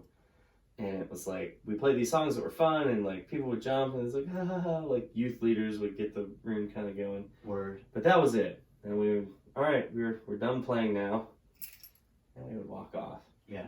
Hopefully not pull the headphones out of your ears. Like, right, while you're moving. Back. Yeah, exactly. So the next year when I took over like the leadership of it, I was like, I'm going to bring Tyler up here. He's going to go nuts. I'm going to go nuts and have a blast. And I'm going to take a gamble. Like Tyler and I had already decided that we're going to write worship music, which I'll come back to that story. But like we decided we're going to do that. So I know how Tyler and I do things. So I'm going to try and get some people who come from that same world, and get my friend Kia, who's like this amazing singer. Kia's amazing. And we're going to just like do our version of worship. It's going to be fun. It's going to be different. And these kids aren't going to know what hit them. Right. So we get rolling. Sixth graders, a bunch of sixth graders in the front. So it's their first time there. And there's like seventh and eighth graders kind of peppered in. So they've been there. They know the music is a little bit of fun. We get up there and play this one song that's like super upbeat. And these kids are like looking at us like awestruck. Because we're like all over the place. And Tyler's just a wild man. Wild man. All over the place. And it was like, okay, cool. These songs are cool. I know this song. This is different. I've never seen this before. And like, so that was Friday night. Saturday morning we do it again. Same kids up front. They're like, okay, I kind of get this. I get it. And then the way the skit for like the weekend went, they had used the band was like a part of the skit in a way where the producer of Mud TV, like MTV Weekend, was like, the band's the only thing that you guys have going for your show, so you guys better kick it up. And it was like, if you don't, you guys are fired. Like, you guys are canceled. Like, the hosts of the show, you guys are canceled or whatever. And this kid, I'll never forget this for the rest of my life. Like, this kid looks at me and he goes, after he's like, you know, if it wasn't for this band, you guys would be like, they brought us into the story in that way. And this kid looks at me, he's like, you guys are still with us, right? And I'm like, you bet. And we went, and like, you just see like these group of kids who had, Friday night they're awestruck, Saturday morning they kind of get it, Saturday night the room like blew the lid off the room, and like these kids are having a blast, and like we get to moments where they're more intimate songs that are slower, and like they're singing at the top of their lungs, and like, yeah, I understand they may not know exactly what they're singing, but like I know that they come in with some sort of belief, and like if that was their choice that night to like, I'm gonna look into this further, you know, we made a connection with them, and hopefully if they choose to go down that path, more power to them, and I hope that they at least explore it. But like, we provided that space for a group of kids, and like it's like, oh, like this isn't like my church at home. Like, church can be fun. Like, I hope, you know, and so my prayers are always for those kids that, like, you know, they're able to find something of value, and I know not everyone chooses to be a believer for whatever reason, and that's fine. I can't stop somebody from how they feel or how a church has made them feel, or like the people of a church specifically has made them feel, or if they felt dejected or whatever by, you know, whatever may be. But like, you know, it at least provided them a space that was comfortable for them, and it was fun and interesting and different. And by Sunday morning, like, we play again Sunday morning, because we played 4 times in 2.5 days. And like, you know, it's like easiest thing. Like, you know, this is what praising is all about. It's fun, and this is energetic, and I enjoy this. So it was like making that connection. That was like the first thing we'd ever done together, and it was like, all right, cool. Like, I think we can make an impact on this world, like this market of music. Like, we're doing something I think is different. General. Yeah. And like, you know, even if they don't believe in what we're singing and like what we're saying, like, they can listen to our record and go, oh man, this is a really moving song. Like, one of the guys who kind of helped with production of our record, I know he went to youth group and stuff as a kid, but like, I don't know where he stands in his beliefs.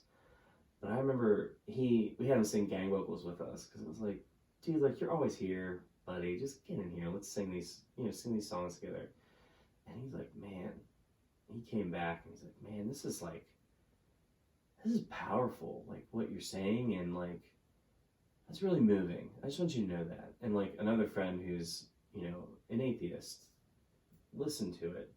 Man, it's a really powerful song. I was like, you know, I know our beliefs are different, but I just want you to know that. Like, it's really catchy, and this is moving. Feedback. And that's great feedback to hear from someone who has, you know, a firm belief to the opposite end of the spectrum. To the lack of a God. Yeah, exactly. Like, that's the best feedback I could receive. And for like, sure. Obviously, it makes my mom cry. It always makes my mom cry, because she's, you know, she's firm in her beliefs, and, you know, looking into the lyrics and what Tyler's writing or Aaron has written, and like, where is this scripture coming from? And my dad, who's, you know, kind of been involved with some of that, like, that scriptural foundation, and like, you know, here, have you thought about writing about this? And like, you know, giving us a nugget, and then we just like have something written by the end of the night, like whether it's a chorus or like a bridge or something. It's like, oh, we base that around what we learned. And like, you know, so it's definitely been a different animal, and not being selfish and being conscious of the people in the room. So now that we've released our own record, and it's, you know, our own original songs, I'm fortunate to have a church where I'm the worship leader, so I can pop them in whenever I want. And it's also kind of like, oh, I can kind of see if I'm writing something new, kind of see how people react to it and make adjustments, like, to see if, like, does this chorus make sense? Like, probably not. Like, you know, I can talk to people and like, did you understand what we were singing in there? And you know, no, like, we're like, yeah, I kind of get it. Like, I'll take that over a no. It's just pretty songs. Like, okay,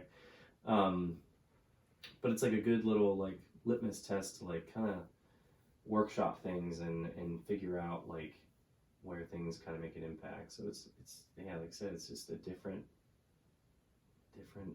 world to exist in, and different market. Like,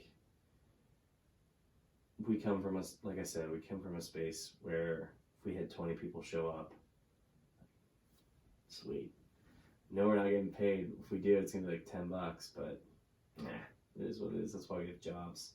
You know, like we're not, you know, pursuing this full time, to where it's like these, you know, the churches are like, we love what you do. We want to support you. How can we support you?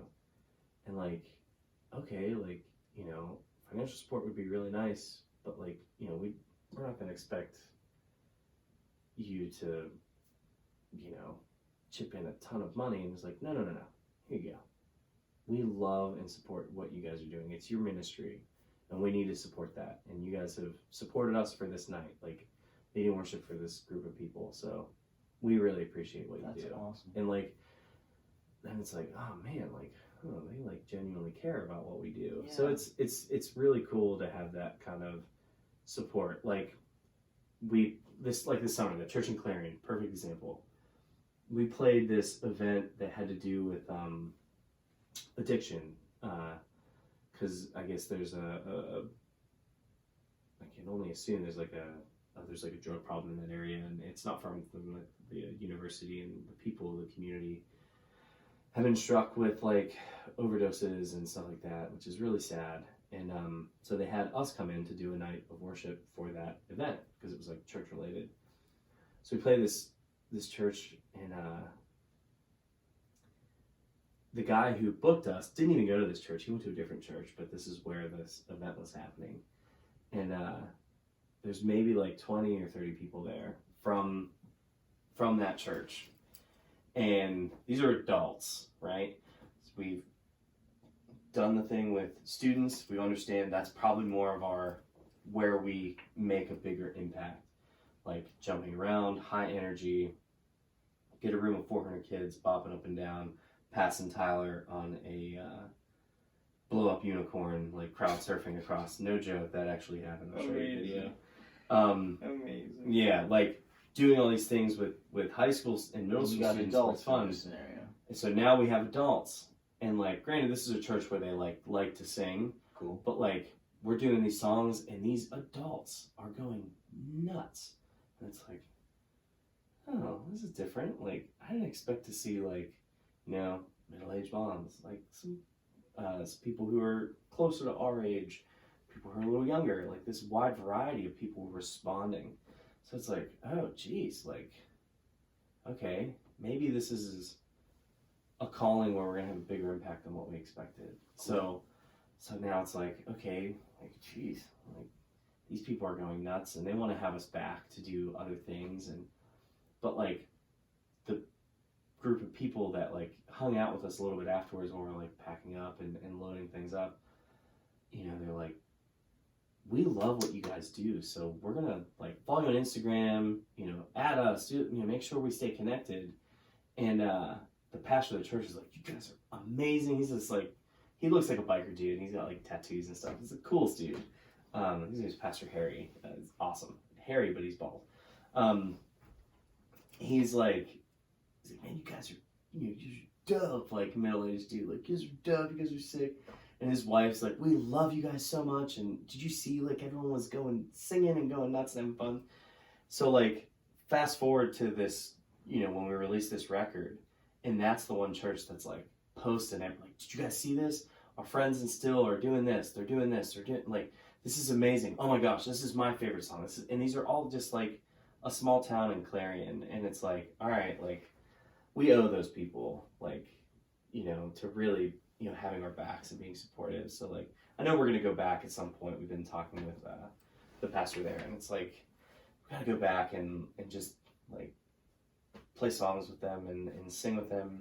So they want us to do, like, their Sunday service and potentially do, like, an evening thing. But it's like, the growth that they've experienced and like has been amazing, and you know, the fact that they're willing to be supportive of, you know, group of dudes just down the road, and having that connection with a small community. It's like, that's like what we enjoy, and that's what we love, you know, because that's what we did. We're used to the small like punk community, we're used to the small DIY community, and like that's what you do, you support each other. And like they're a church that we love to support, and you know, can't wait to go back. But they made an impact in our lives just by taking time to listen, taking time to share. And like, I know that the people that were sharing our songs were like, you know, oh, you gotta listen to this, and sharing it to all their friends. There may not be many people in Clarion, but like, you know, we made an impact, I guess, on them. So it's definitely interesting. And like when Tyler and I started this, for example, to kind of circle back a little bit, I remember sitting at, we were at the Dancing Gnome. Our friend Luke has a food truck called Blue Sparrow.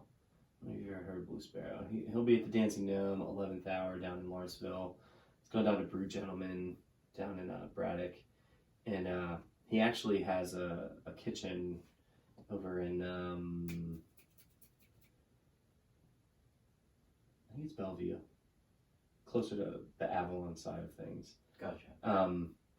It used to be like the sandwich shop, but he bought that space. Sparrow is his truck. Yeah, he's got 2 trucks. 2. Awesome. Yeah, they're fantastic food. So me and Tyler would go there all the time. And like, Tyler had been without a music project for like 5 years. I had left Cardboard like a year prior. I was trying to figure out what my next thing was. Like, what was I going to do next? I was going to start something, and I didn't know what it was going to be. And like, I had these influences, and like, man, I've always wanted to do something like heavy. That'd be cool. Make some heavy music. Like, I've never done it. I've always wanted to. Or something that was like in the post-hardcore world, or like post-rock world. It's like, that's what I enjoy the most. So maybe that's the direction I should go. And then like, I found this like kind of grunge movement that was happening, and like, oh, like, I really enjoy that, like, because it's different. It rocks, and it's, you know, stuff that I'm good at, that kind of stuff. Like,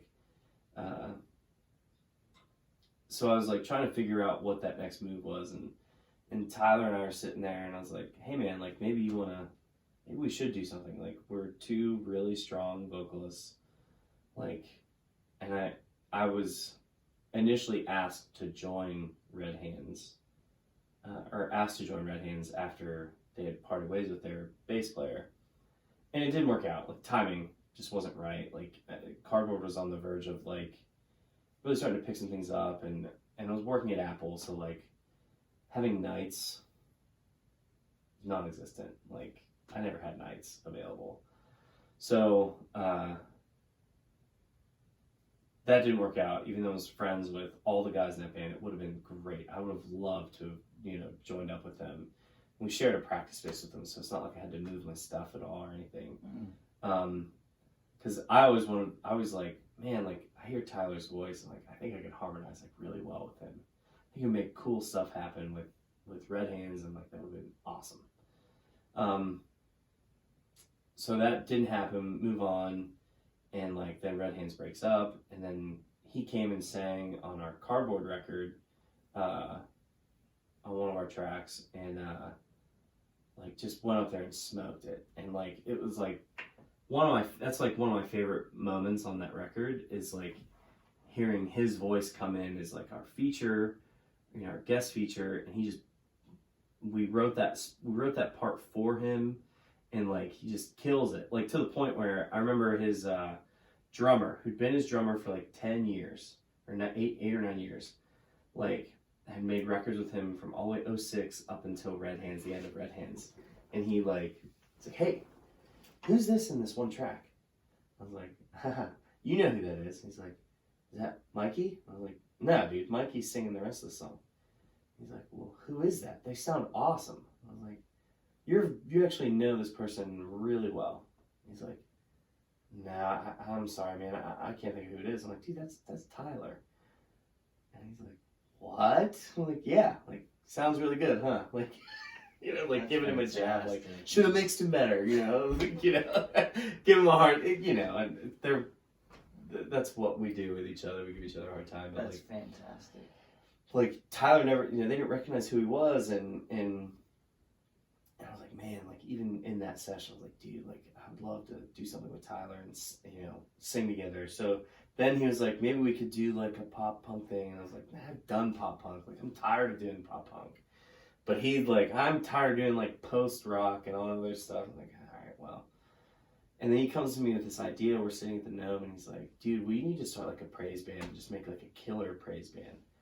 And of course, I'm like, nah, I don't want to do that. Like, I do that. I lead worship at church every week. I've been doing it now for like 5 years, and like, I've never seen myself going into like some sort of field of ministry, and like, it's just not for me.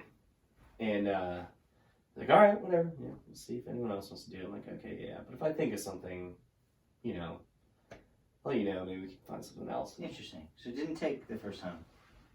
No, but what was crazy was like a week later, a few days later, I had a dream where I was basically shown what could happen, and not a premonition. No, not quite that. It was a dream. It was, I mean, like, I don't want to say it is what is going to happen, because I don't know. I don't know where God plans on taking this journey. Cool. But I think it was like, this is what I have in store for you. Like, if you pursue this. And it was very vivid. And it was being, Tyler was there, his wife was there, my wife was there, my dad was there. We were in a different city. We were doing mission work in the city, and then we were playing at some large venue, and that was life. Like, and that's when I woke up and I was like, oh man, like, I've never had that kind of experience before. And like, obviously we've all had deja vu or things like that, but this was just not deja vu. It was everything was too precise. Cool. And like, there's obviously way more detail to it, but I don't want to sound, the risk of not sounding arrogant, I don't want to sound arrogant, because this is what I felt like God had in store for us now, like at that moment. And that could change, it could come true with hard work and being astute to what is going on in our prayer lives and our lives in general. So the next week, Tyler and I went and got our weekly Blue Spare at the Dancing. I was like, dude, actually, a few nights before, I sat down with Am. We're like laying in bed on a Saturday, because I think it happened like on a Thursday. I got the dream, so I was like really chewing on it and processing like what was being said to me, and so I just explained the whole thing to him. I was like, I told Tyler I didn't want to do this, but I think I'm being told that I should do this. I think I'm being told that I need to pursue this.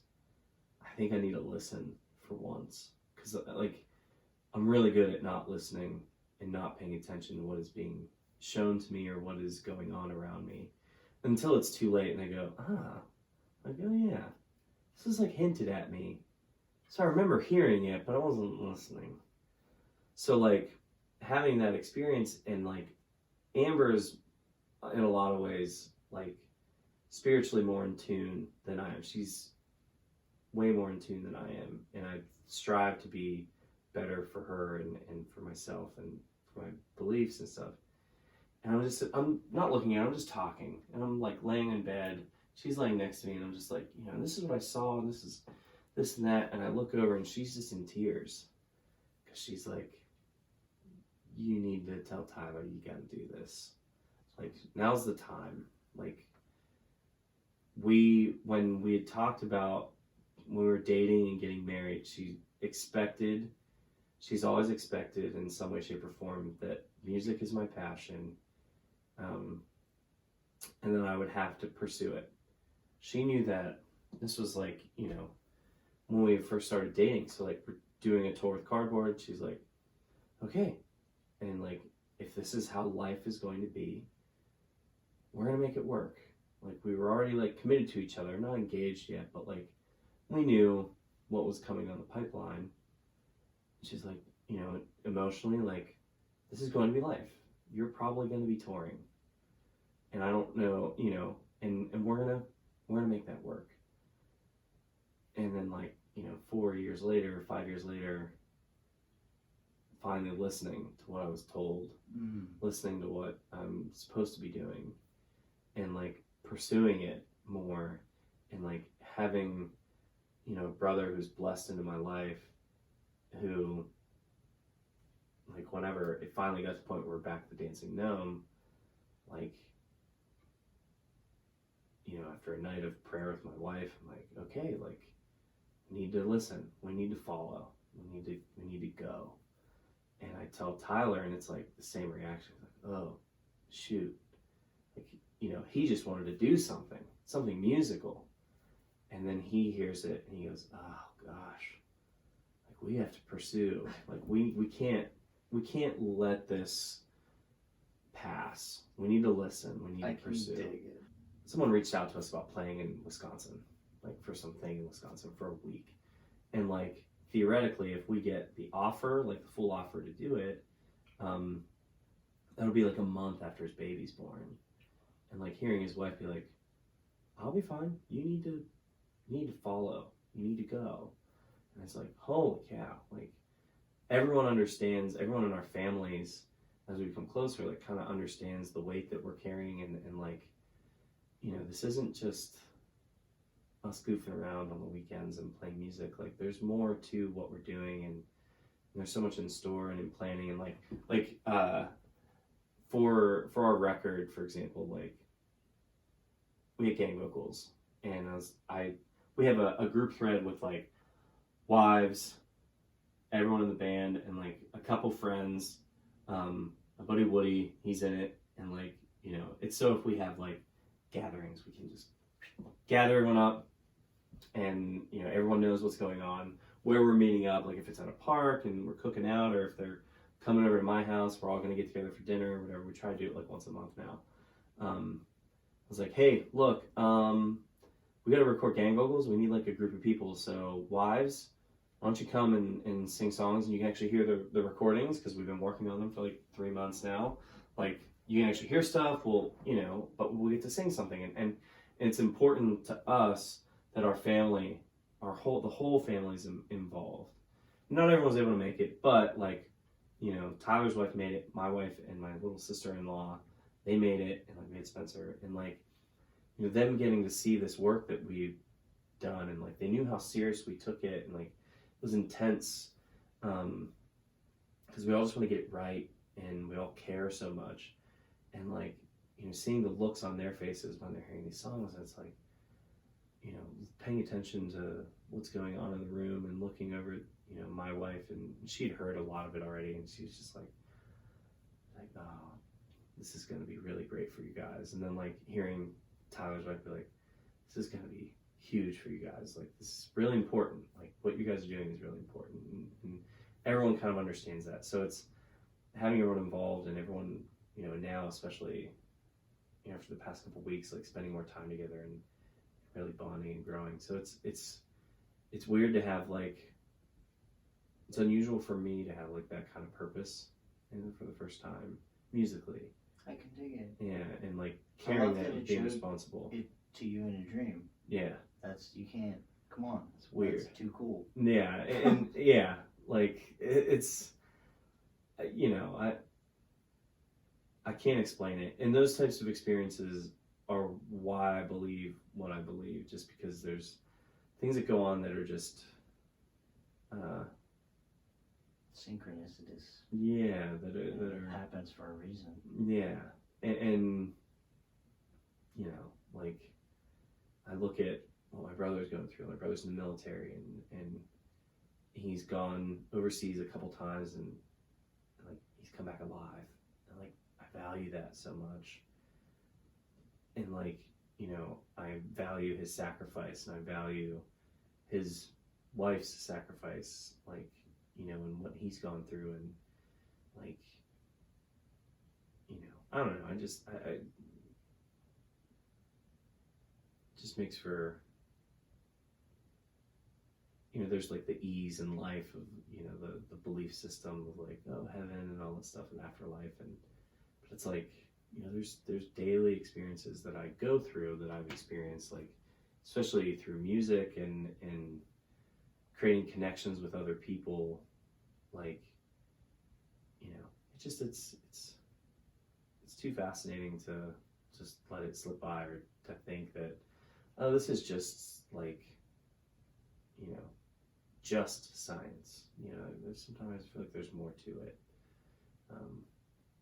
because it's like we've talked about that. You know, we've talked about like making sure we're not doing things that are manipulative, because that exists in the CCM market, contemporary Christian music, CCM, that exists, where like there's manipulation that happens. There's false theology that is just dumped into songs that large groups of people are singing every Sunday.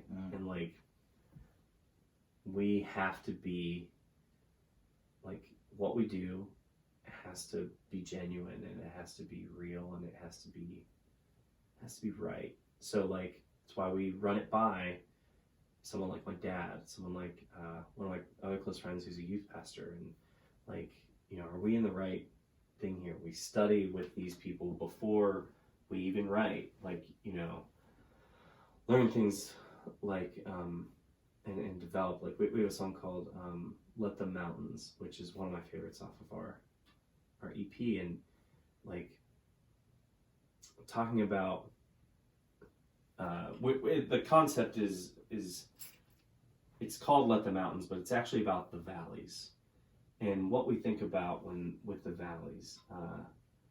People think of like, oh, it's down. Like, that's when we're in our defeat. Like the opposite of a peak. When we're bad. Yeah, the peaks are up here. Like, oh man, the valleys suck. But what we wrote is, in the valleys, because if you think about it, in nature, in creation, valley is where growth happens. Valley is where water runs, and water is such a thing that brings life, and usually when we're in these valleys, that's when we learn and grow and develop, until we get to a point where we can climb the peaks and we feel good. So like, looking at it from that perspective of like, you know, I'm blanking on the lyrics, I'm sorry, but in the valley there is hope, there is peace, there is growth, and living water fills my soul. Like, all these things that, like, looking at it like, oh, like, even though like Job is a great example. I think it's Job, who had everything taken from him, successful man, everything taken from him, and yet he still chose to believe it. He still chose to worship, and he was blessed with these peaks. And like, you know, it happened multiple times, I think, but like, you know, being able to grow in those valleys is like so important, and providing that in a Christian concept was like really important for us, because there's a lot of depression, there's a lot of anxiety in the world, and there's a lot of, like, you know, our audience, a lot of younger kids who are dealing with like confusion and just like, how do I feel about this? How, like, everything is beating down on me because social media exists, and I can't get away from bullying and this and that, and like, you know, learning to not give up on that hope, and knowing that God hasn't given up on you, like, it just, you know, provides a different look at those valleys, and I'm like really proud of that. The bridge is like super simple. It's just, you have made a way, and just repeating that over and over again, because you look at, you know, the cross and what that symbolizes, and the death of Jesus, and the resurrection, and like, you've made a way for me to be forgiven of my daily thoughts, like, you know, who I am, my failures, my shortcomings, and like, just repeating that, just being really smart about what words we use and what chords we use, and when it shifts to like the chorus is, with you I walk through the valleys of life, your sacrifice has given me new life. So we can sing that in like kind of a hurtful way with minor chords, but then we have this lift at the end that's like, oh no, this is like a celebration. We're happy about this. We can learn to, we can see what we're learning in those valleys and finding that hope and finding that peace. So it's like, really cool, like look at things. And my mom, I remember my mom went nuts, like, this song is so fascinating, this is what I think it's about. But when I talked to Dad, I realized, like, oh my gosh, like, oh my this is completely different. This is amazing. And like, we haven't even written the part about the mountaintops yet. Like we have a chorus written for it, but we haven't worked on it yet. But like, the valleys are, we have this like kind of heavy rock song, and I don't know if you've heard it, I'll play it for you, but when you think of the mountaintops, Ty and I wrote something that was like acoustic, and will it stay that way? Who knows? But like, it's gonna be more airy, and like, you feel the vibe of what is going on, and a little less raucous. But it's interesting because Let the Mountains started as a song about Moses receiving the Ten Commandments. So like seeing the burning bush and climbing Mount Sinai, I believe, to receive the Ten Commandments and looking down over. And like, when we'd written it, and like we had this really cool like guitar part and this melody, and like the bridge was this like really almost like war drum kind of thing that we had going on. It was really cool. And like, whenever we like were trying to feel it out as a band, it was like, this is a little too dark and gloomy. Like, this is just really gloomy. And they were right, like, your pride as a song is like, no, it's not, like, this could totally work. And no, this is too, like, it's too dark. The like, wrong energy. Yeah. For the intention you're trying to put out. Exactly. And like, so we end up, like, me and Tyler were like one night, like, dude, like, what are we gonna do? Like, we need to fix this song. So it's like, you pray about it, and then it's like, all right, we just fixed it. Like, we spent a night, and like, we understood we use the same chord structure, but the way we approach it's gonna be a little different, and the melody is gonna be less gloomy and more hopeful, even though it's minor chords. Like, we're gonna lighten it up a little bit, and then we're able to use the same melody with some minor shifts and do a mode change to, I think, Mixolydian. So we go from Ionian to Mixolydian, so it makes like a little slight shift in things that like provides this it's like emotional lift of the heaviness of the song. And like, so it's just really neat how like, you use music, and it can really change the mood and the perspective on the lyrics that you're singing. So it was like, like such a relief to scrap an entire song and rewrite it in like a matter of an hour. Like, that's like, that's any song you write, like, it's a banger when it's like easy, like it's cool, like, yeah, it's really easy when songs come out easily. It's like the best. Nice.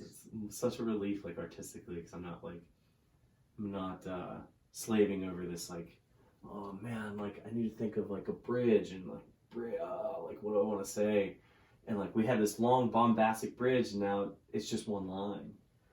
We go from these like no idols, no storms, no commandments forlorn will ever silence my God, like this heavy, like, kind of dark thing. It's like, by trials, by storm, by something, by war, like it's like this bridge that's like, and the drums were supposed to be like this big bombastic thing, going from these like intense words to just, you have made a way, just repeated and repeated and repeated. And it's like, man, we said so much more by saying less, and it's easier to sing. You understand what we're talking about, like, so it's different type of writing, man. It's but with purpose. So it's an interesting approach to I'm everything. loving it, man. Yeah. I'm loving the fact that it came through a dream. I'm loving the way Amber and Tyler responded to it. You know, the fact that they're expecting and the wife is immediately supportive of the idea that this is a passion of Yin's. You know, you're going to pursue that and you're going to make it work with your life because you're a network. It's not like she's going to be alone. What's the word exactly? Yeah. Or without anyone to lean on. You know what I mean? That's fantastic. The band is called Still. Comes from do some listening. Psalm 46:10, and ironically, Stephen Michael was the one who he made our logo and stuff for us, and he did a lot of stuff with just the 4610, which was super sick. That I wish we would really lean on. Maybe once if we could get more successful, maybe a little bit more. But it's the be still and know that I'm God, and it's just so interesting because we are totally the opposite of still when we worship, right? So it's kind of like that oxymoron, but then we also create those moments where you're able to be still, and it's not. What I'm really proud of is the fact that all of the feedback that we've gotten, that we've received directly from people who've worshiped with us is man, you, even though it's so high energy, I just have this, when we get to these intimate moments and stuff like that, I know it's not about you guys. I know what you're doing is not about you guys. So it's okay, we gotta make sure we remain in that vein and maintain that humility and make sure that, if it ever becomes more about what we're doing, that, we need to reassess what we're doing and, we're able to keep each other, in check in that way and, hold each other accountable, as far as that goes. So it's been, a weird ride because we really have only been around for technically we've been around for a year and a half. Okay. Well, probably 2 years. So in our first year of existence last year, we ended up playing a conference in Florida. Somebody just reached out to us on a whim that saw a cover that we did where we took a really popular worship tune and made it like the Foo Fighters. And cool. But it's you're still able to sing it. Yeah. We've played it at churches and people go nuts because it's a song they know, but it's done with so much more energy. Yes. And the approach is just different and it's rock guitars and it's way more fun than the way the original artist did it. In a lot of people's opinion, there's obviously going to be people who are this stinks or this is stupid. Sure. That's fine. But when we play it, we get a great response.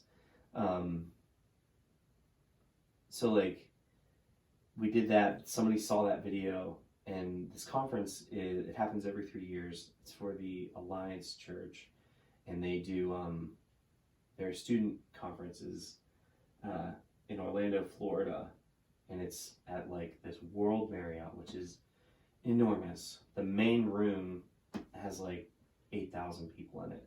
It can fit 8,000. And we get asked to play a room that can fit 2,000 people in it. And it has a 50,000 watt sound system. And we are technically been in existence publicly for 6 months at this time. We've done, the retreats in Mount Pleasant at Laurelville, but we haven't really done anything else. We did some things with my dad's church over the summer. I was man, we're gonna play this conference. There's a gajillion people there. We're gonna play in front of the biggest group of people we've ever played in front of. And so I drove down and it was the fear of, oh my gosh, I'm gonna get to play in front of the most people I ever played in front of. This is a big accomplishment for me, kind of thing. Wow. But then also but this isn't about me. I shouldn't. But I get to do it. This is gonna be fun. I'm doing it, and it's oh, it's not about you. It's not about you. That's kind of in the back of your head the whole time. Like, it's not about you. Like, you're there to lead worship. That's what you're there to do. And so we get to this room, and it's then the night before we're gonna play, and this random group of people who were like volunteers were playing in that room, and it was packed, like jam packed. So we're like, oh man, this could be really great. Like, next day, we get there, we get moved into our hotel rooms, we get set up, sound check with these sound guys who were amazing, and we had like a Stranger Things intro with our name in the logo, like with the video, like the Stranger Things logo, like with the like the whole theme was dope. Awesome. And I'll show you a video from it, because like they had like 30,000 watts of subs that we could like walk on and stuff. So we're like standing on it. It's like, blah, like insane, most insane sound system. Like, and this was in Florida. In Orlando, yeah. Okay. Like in-ear monitors, I usually try to run them. I don't try to run them very loud because it's direct connection to your brain. Like, yeah. It's right there. You don't want to blast your head. I typically don't run them too loud because we personally, we have a 12,000 watt sound system, so it's still really powerful. But like, if I'm playing with that, I don't necessarily feel or hear the drums at all through the speakers. I'm usually hearing what's behind me or whatever. Roger that. So I try not to run it too loud. We were sound checking, and all I heard and felt was drums and bass, because it was so powerful. Yeah.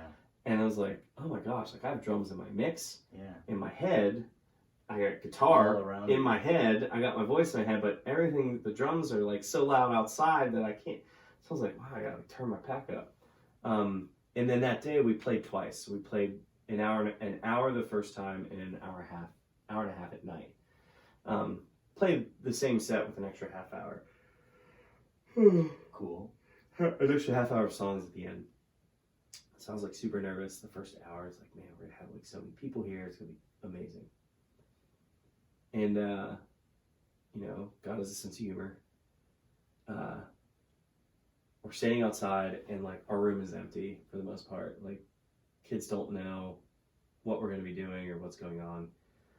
But interestingly enough, like I said, my mom, Puerto Rican. I look over at this group of kids that are standing outside, like, oh, what's going on in here? And I look at their name tags. They're from Puerto Rico. So I just decided, you know what? I'm gonna go say hi to them, like connect with them. Like, yo, like, where's your city in Puerto Rico? Like, my mom is originally from Cedra, like, and this kid, you know, looks at me and he's like, dude, I was just in Cedra like 2 weeks ago. Like, I have family there. And it's like, we connected, and then like, you know, I get introduced to this group of Puerto Rican kids who are there for the conference, and like, you know, they look at me and it's like, wow, like, we're gonna be represented on stage. Like, there's a fellow Puerto Rican, you know, who plays music. That's really cool. We've never, you know, we don't see that every day. It's a small island. So they join us, and then we get like 60 people in this giant, we're talking giant room, giant sound system. And like, me and Tyler stand inside stage, and he's like, hey man, we have the right 60 people in the room. And I was like, yeah man, we're gonna treat it like we're playing in front of 30,000, right? And he's like, yep, it's gonna be no different playing to 60 people in the biggest room we've ever been in, or playing to 400 kids at Laurelville, or playing to a giant church full of people. We're gonna do the same thing that we always do. And we went out and just, you know, did it the same way. And like, the 60 kids are in that room, like, you know, you made an impact. So like, oh my gosh, this is amazing. This is a great experience. This is better than what's going on in the main room, which was like, okay, like let's not. They do something different. Like, so it was like really cool to have that experience. And then it's like, all right, cool. Well, maybe the guy who booked us was like, well, tonight will be better, because like last night we had, the room was packed, it was full. So like, it'll be better tonight. So the main room lets out, so all like, you know, 8,000 people right outside of the room where we're about to play at 9:30. So we're playing 9:30 to 11. And So all these like small groups are going on, talking about what, digesting what they heard in the message. And so I was like, oh, cool. Like maybe after they're all done, they'll funnel into our room and we'll get to sing some songs tonight. Great. It's like 900 people out here. This would be awesome. And what we didn't think about is like all these kids are coming from a place where they had basically like Bible study after like, hearing a message. So they're all studying, reading their Bibles, and we're not the only thing that's going on that night. It was also the first night the pool was open. It's also at that pool was a DJ, and then there was a magician in another room. And on top of that, their hotel rooms were like a quarter of a mile walk in this giant Marriott, like up on the other side of the campus of this place. So they start like funneling out, and I'm like, this is another moment of being humbled, isn't it? Like, just thinking about it, it's like, yeah. I thought I was ready to play the room with 7,000, 8,000 people in it, like with stadium seats and a light. That's what I thought I was ready for. Instead, we got 100 people in that room, and it was it's like, you know what? I drove 18 hours to be here. Two of the guys flew. I'm still gonna do the same thing. These are the most important people to me right now, that I give them a worship experience that they're not getting, that they've never had anywhere else. Absolutely. So, and that's like exactly what we did. And then we met almost all of them. And we were able to do that. We were able to make a connection with people after we play, yeah. And like, you sit there and realize like, yeah, like, God put the right people in the room. That's how it is. That's how it works.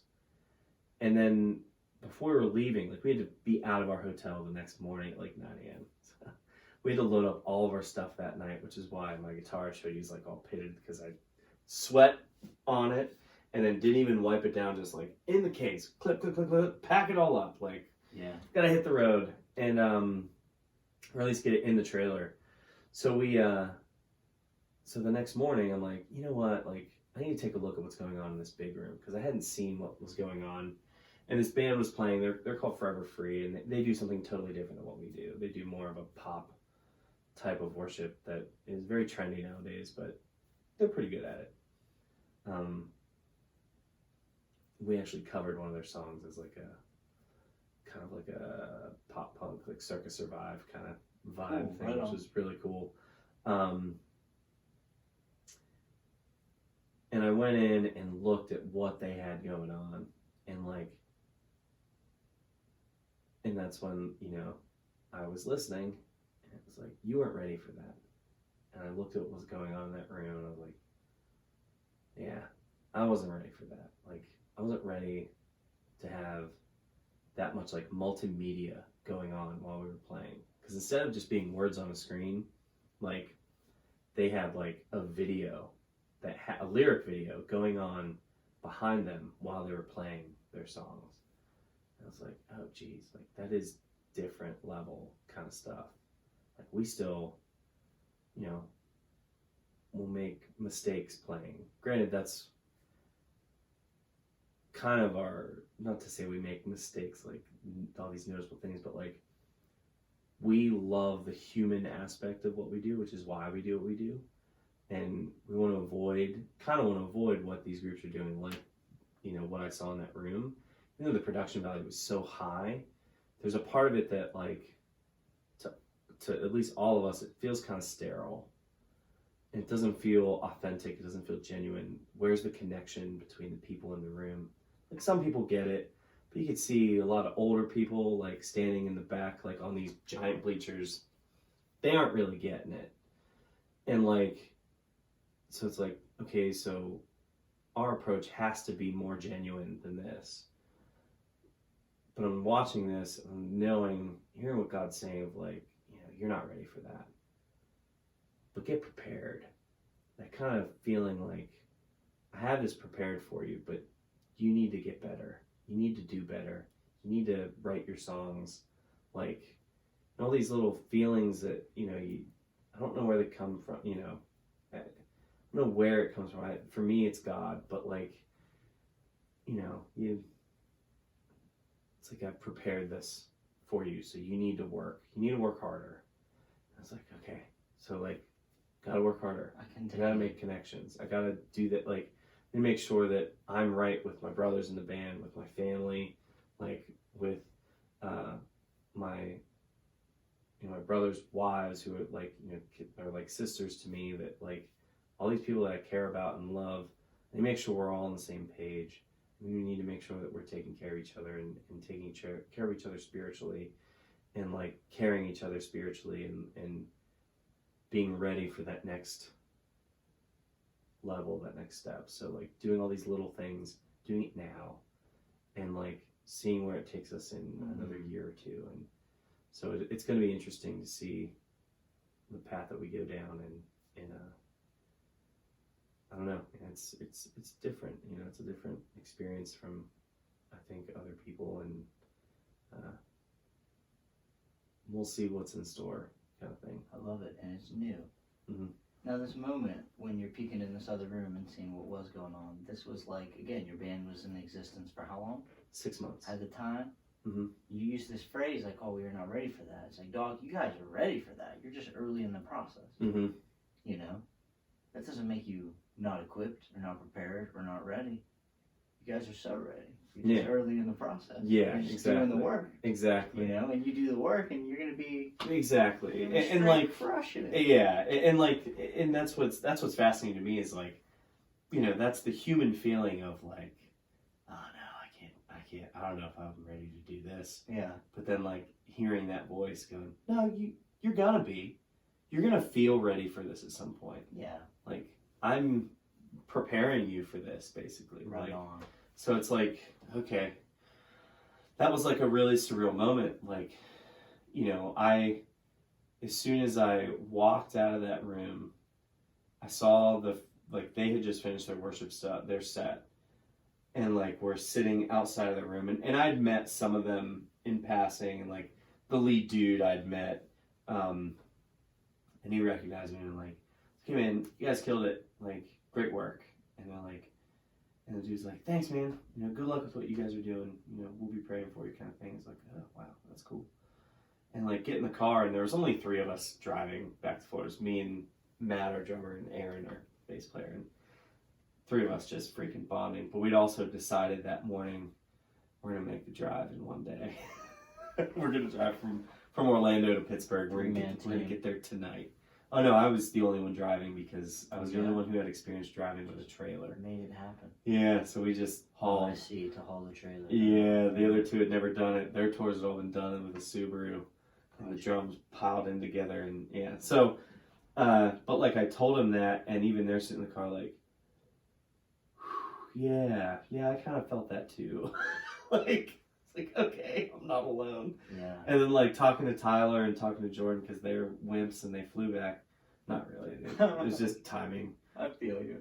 Jordan had to get back to work because he owns his own business, so like a day off means he's not getting paid. But like I told them that, and they're like, yeah, I kind of had that feeling too. So it's like, okay, we're like all on the same page, I think, here. So yeah, it's a weird journey, man. Like, to where we get today, and where it's going. I'm stoked for you guys. Yeah, a 5-man team with the right intention. Yeah. The purest intention. That's all you can have. And you got a team of humans behind you that cares. Yeah. You can't get that with all the money in the world. No. You guys are very rich in that way. Yeah. And like, it's funny, like, going back to like financial support, like, we looked at like, because you have to look at it with business perspective as well. Sure. And like,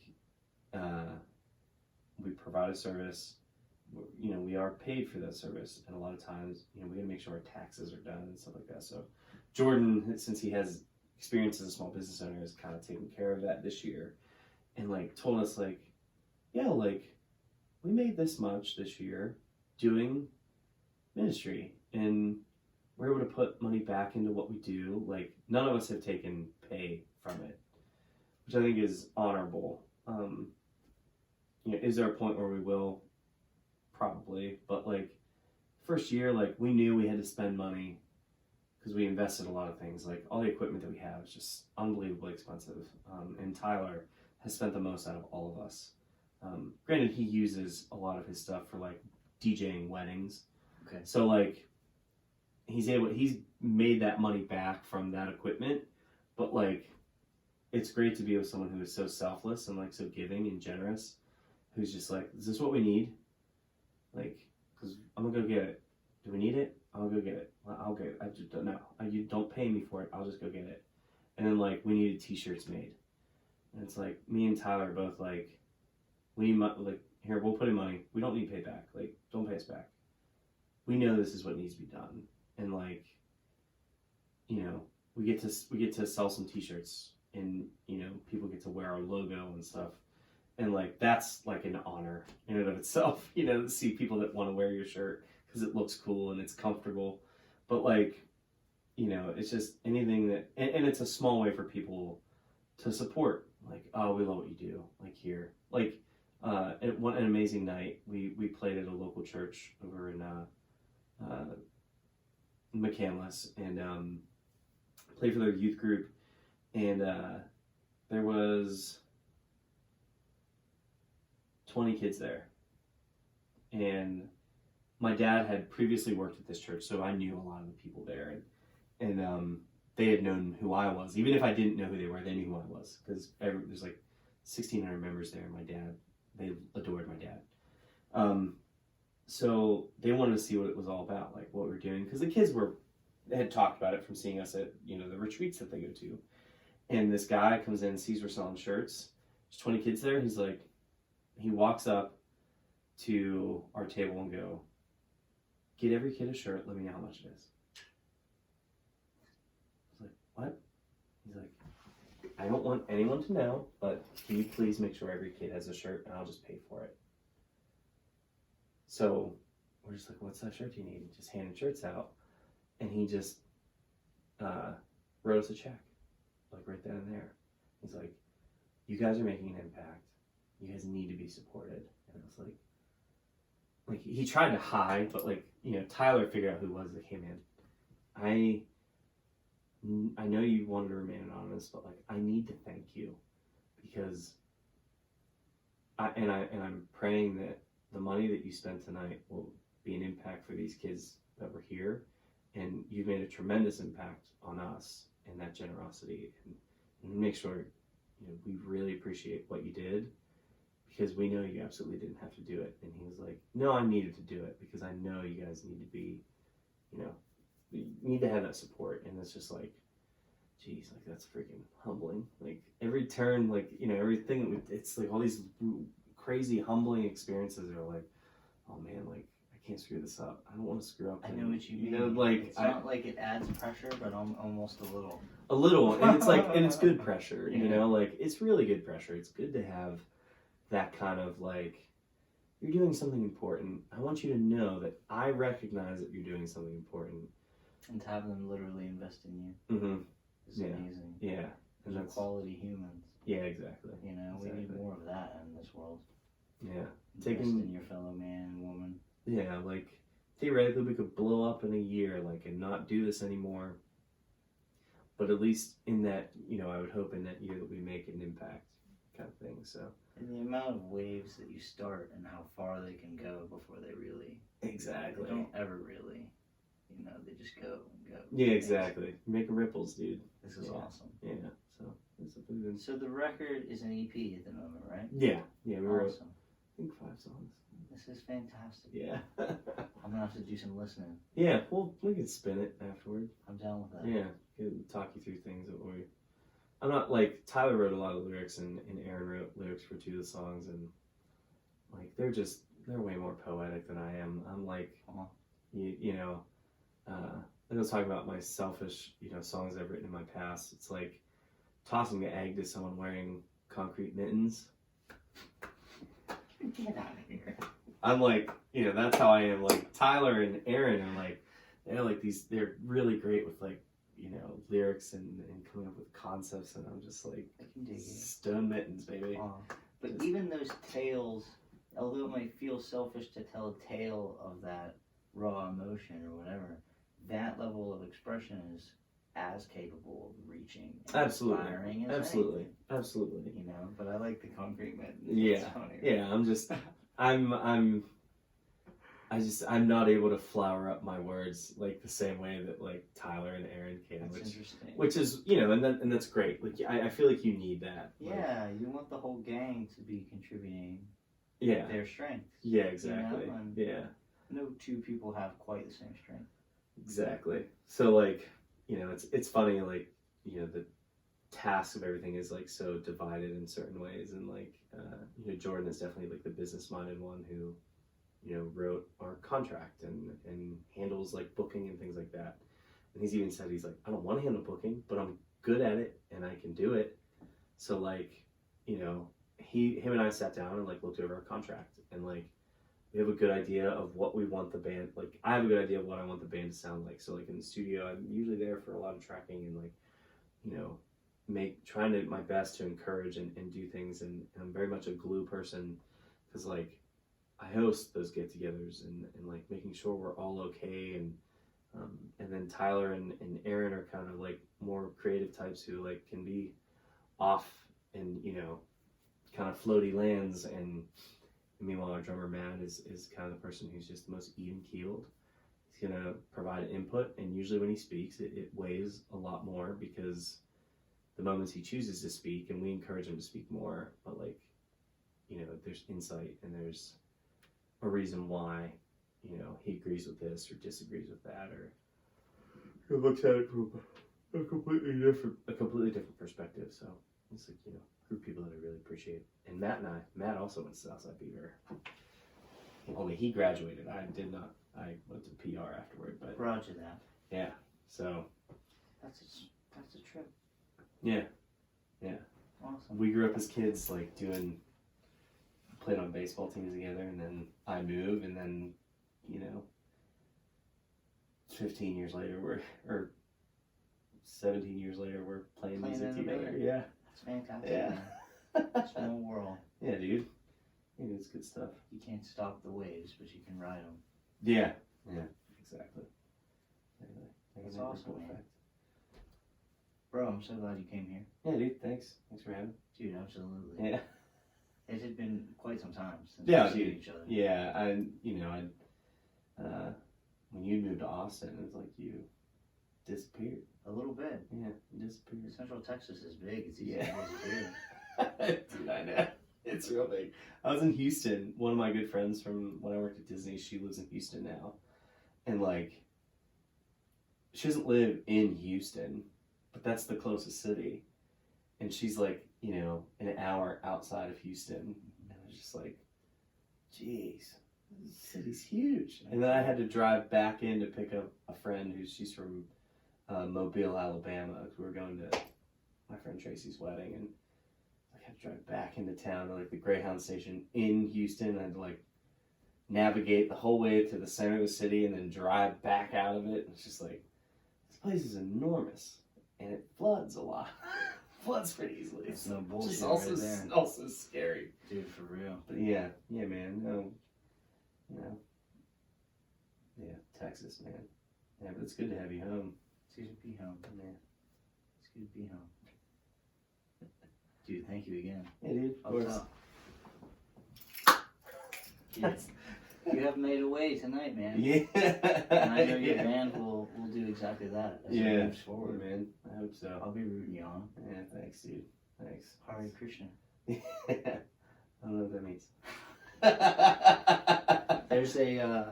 There's a book that I was reading that was explaining the idea of you know, Krishna, Buddha, Christ. Yeah. It's the same person. Ah.